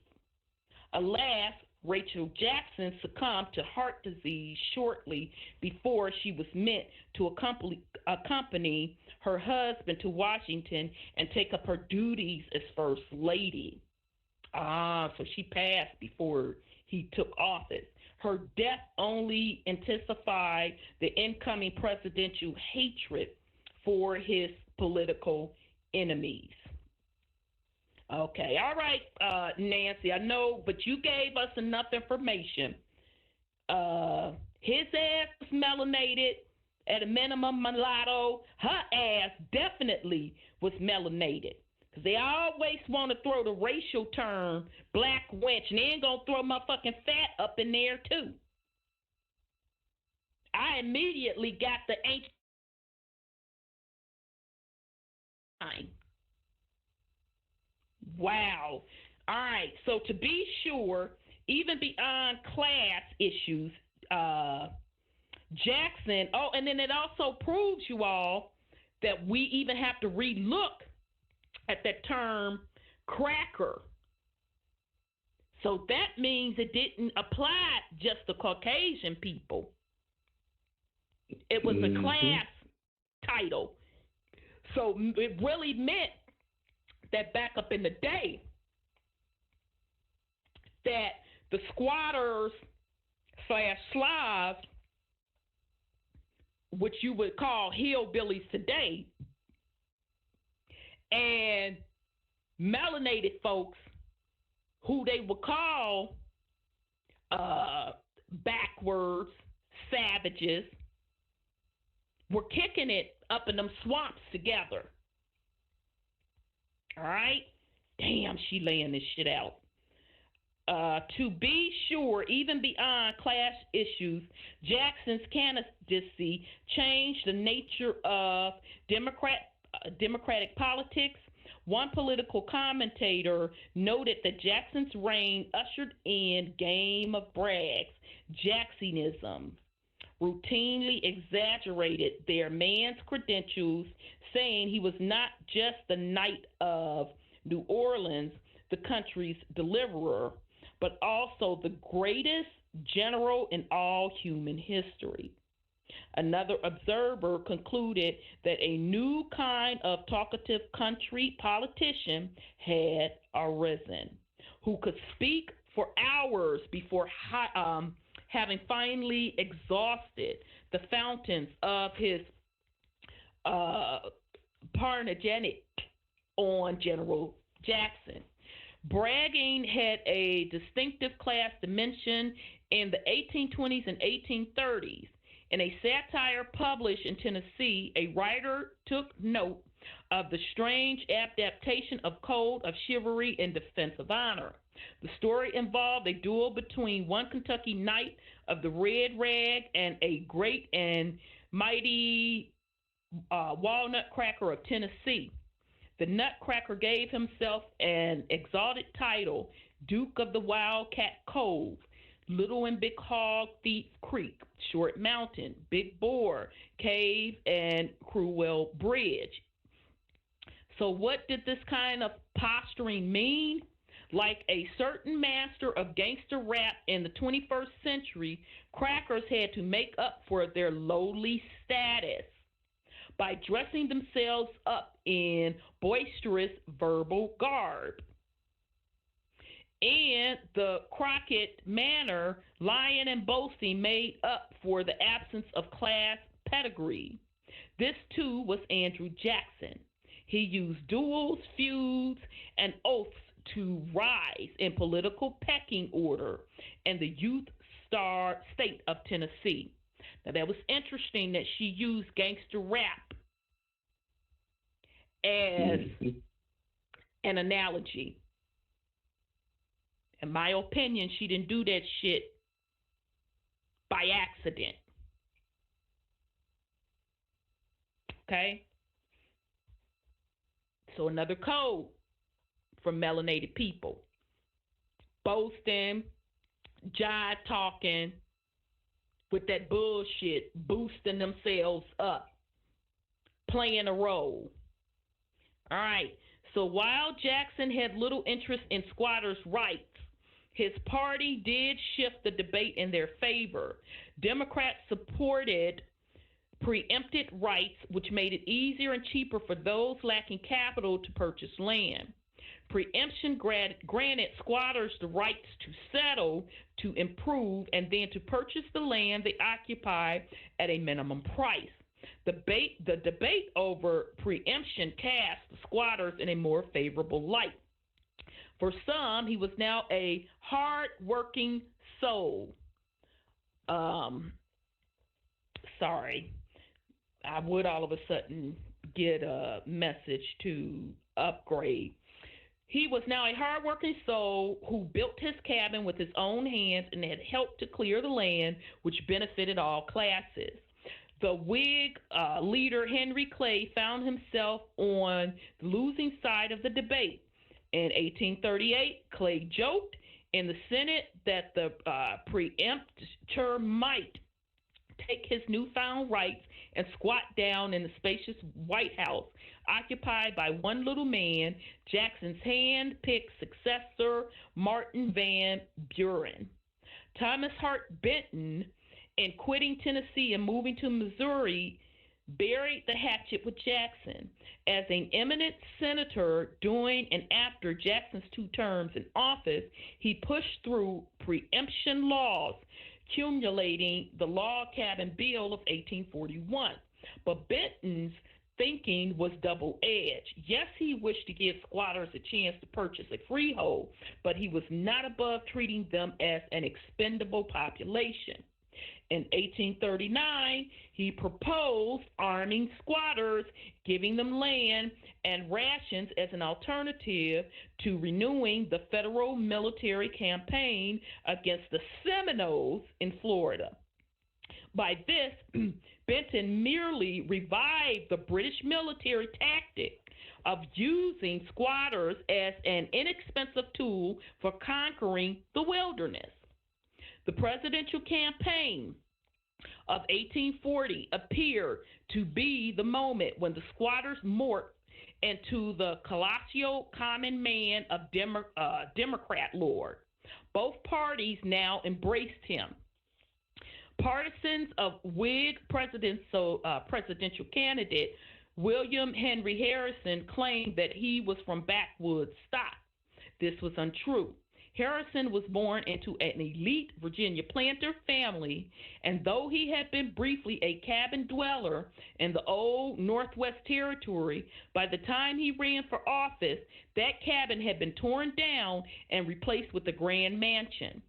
Kentuckian Henry Clay, who vied with him for the Whig nomination, celebrated his prize-winning mammoth hog named Corn Cracker, no less. The new class politics played on in trumped up depictions of log cabins, popular nicknames, hard cider drinking, and coonskin caps.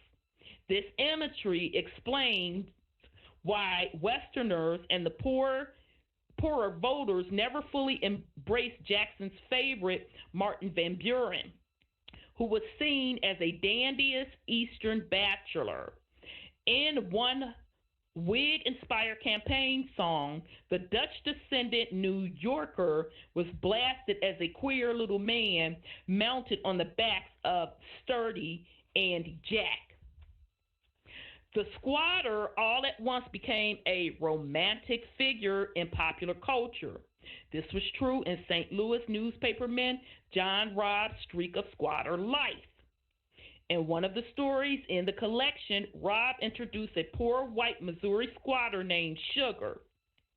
Though he was dressed in rags, his personal influence over local elections was hypnotic. At the polling place, Shug came with a keg of whiskey, which he sweetened with brown sugar. Oh, I know they was fucked up. They added brown sugar to the whiskey. Oh, I know they was good and fucked up. As members of the crowd lined up for his special concoction, he told them, based on his honest opinion of the speeches he had heard, whom they should vote for. Shug had lost his girl and his farm, and yet a landless squatter, he somehow gained respect. He represented the new common man, a simple fellow who couldn't be misled by fancy rhetoric. Same fuckery going on today. Shug was not simply a leveling character. He actually represented a reform, even middle-class solution to the larger debate over class and respectability. His qualities suggested a reasonable man who handed out a little whiskey and dispensed meaningful advice. He wasn't running for office. He wasn't brawling or bartending whiskey for votes. He wasn't threatening the life of a rival bidder over a tract of land. Shug knew his place as the neighboring purveyor of common sense. The squatter may have been tamed, at least minds of some, but political equality did not come to America in the so-called age of Jackson. Virginia retained property qualifications for voting until 1851. Louisiana and Connecticut until 1845. North Carolina until 1857. Tennessee did not drop its freehold restrictions until 1834, after Jackson had already been elected to second term. So in other words, he screwed over his political base. 8 states passed laws that disenfranchised paupers, the urban poor. Meanwhile, many towns and cities adapted stricter suffrage guidelines for voting than their state legislatures did. That was true for Chicago and for the towns in Crockett, Tennessee, and Pro-Jackson, Alabama. He could vote for a member of Congress, but in John Robb's, I'm sorry, go ahead, Brother Sean. I didn't say nothing good, sis. Oh, okay. Yeah, because we on the end of it now, and we only got a couple minutes. In St. Louis, his fictional pal Shug would have been denied the right to vote in municipal elections. The Herald Democrat Andrew Jackson, as it was pointed out in the 1828 campaign, had actually helped draft suffrage restrictions for Tennessee's Constitution in 1796. He made no effort to expand electorate in his state ever. As the territorial governor of Florida in 1822, he was perfectly comfortable with the new states imposing property requirements for voting. Jackson's appeal as a presidential candidate was not about real democracy then, but instead the attraction to a certain class of land-grabbing whites and the embrace of the rude instincts of masculine liberty. He did not stand for universal male suffrage. Indeed, it was not the United States, but Liberia, a country founded by the British and former American slaves, that first established universal suffrage for adult men in 1839. Did you all catch that motherfucking shit? Did you catch it? Liberia, Negro land, where they were shipping folks from the Americas, melanated folks, over to Africa. We'll go into that company that's set up to do that next week. I had already motherfucking pulled that documentation. So next week we'll go over that. In the end, the cracker or squatter never resolved his paradoxical character. He could free himself of responsibility, take to the road, and start over. He could boast and brag and pelt anyone who dared to insult his favorite candidate. As many have pointed out, whiskey drinking at the polls was often more important than listening to long-winded speeches. So while some journalists defended the country crackers as the bone and sinew of the country, others continued to see the cracker as a drunken fool who, as one writer put it, elevated a favorite stump speaker into a demigod of beggars. As she laid this motherfucking book out. As late as 1842, squatter was still considered a term denoting infancy of life or station of a lesser rank than the class-neutral settler. Thus, the cracker or squatter was never the poster child of political equality. As a figure of popular caricature, he was vivid illustration of class distinction more than he ever was a sign of respect for the lower class. No one pretended that Shug was the equal of John Quincy Adams, William Henry Harrison, or even his local congressman. At best, a backcountry citizen might get a chance to meet President Adams, but shaking hands in the now familiar post-Boeing fashion did not result in an elevation in social rank. In 1828, James Fenimore Cooper observed that democratic boasting was a cheap price to pay for ensuring the real social level did not erode set in stone class division. Same shit as today, y'all. There was one bit of lure that concerned the squatters that did take hold. My fault. He had to be wooed for his vote. He had no patience for a candidate who refused to speak his language.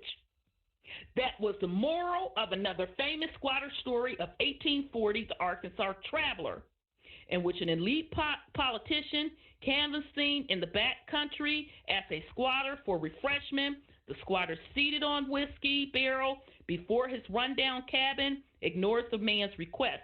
For a brief interlude, because it was election season, the politician was obliged to bring himself down to the level of common man.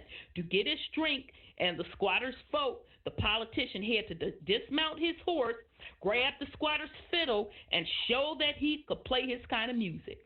Once the politician returned to his mansion, however, nothing had changed in the life of the squatter, nor for his drudge of a wife and his broad of a dirty, shoeless brat. All right, we got 3 minutes. That's all on Jackson. Brother Sean, any last words for the family? Hit us up on our Facebook page. Indeed.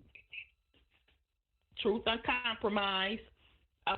Thank you so much, family, for hanging in there with us. Shout out to all of YouTube. Y'all hung in there with us. Relog back in. Damn, we went in deep, y'all. So thank you all so much, and thank you all again to the caller families for logging back in, and thank you for the ones that were in Blog Talk Chat as well. YouTube, we're going to sign out. Peace and love. Love you all very much. We will be back next week. Peace and love, family.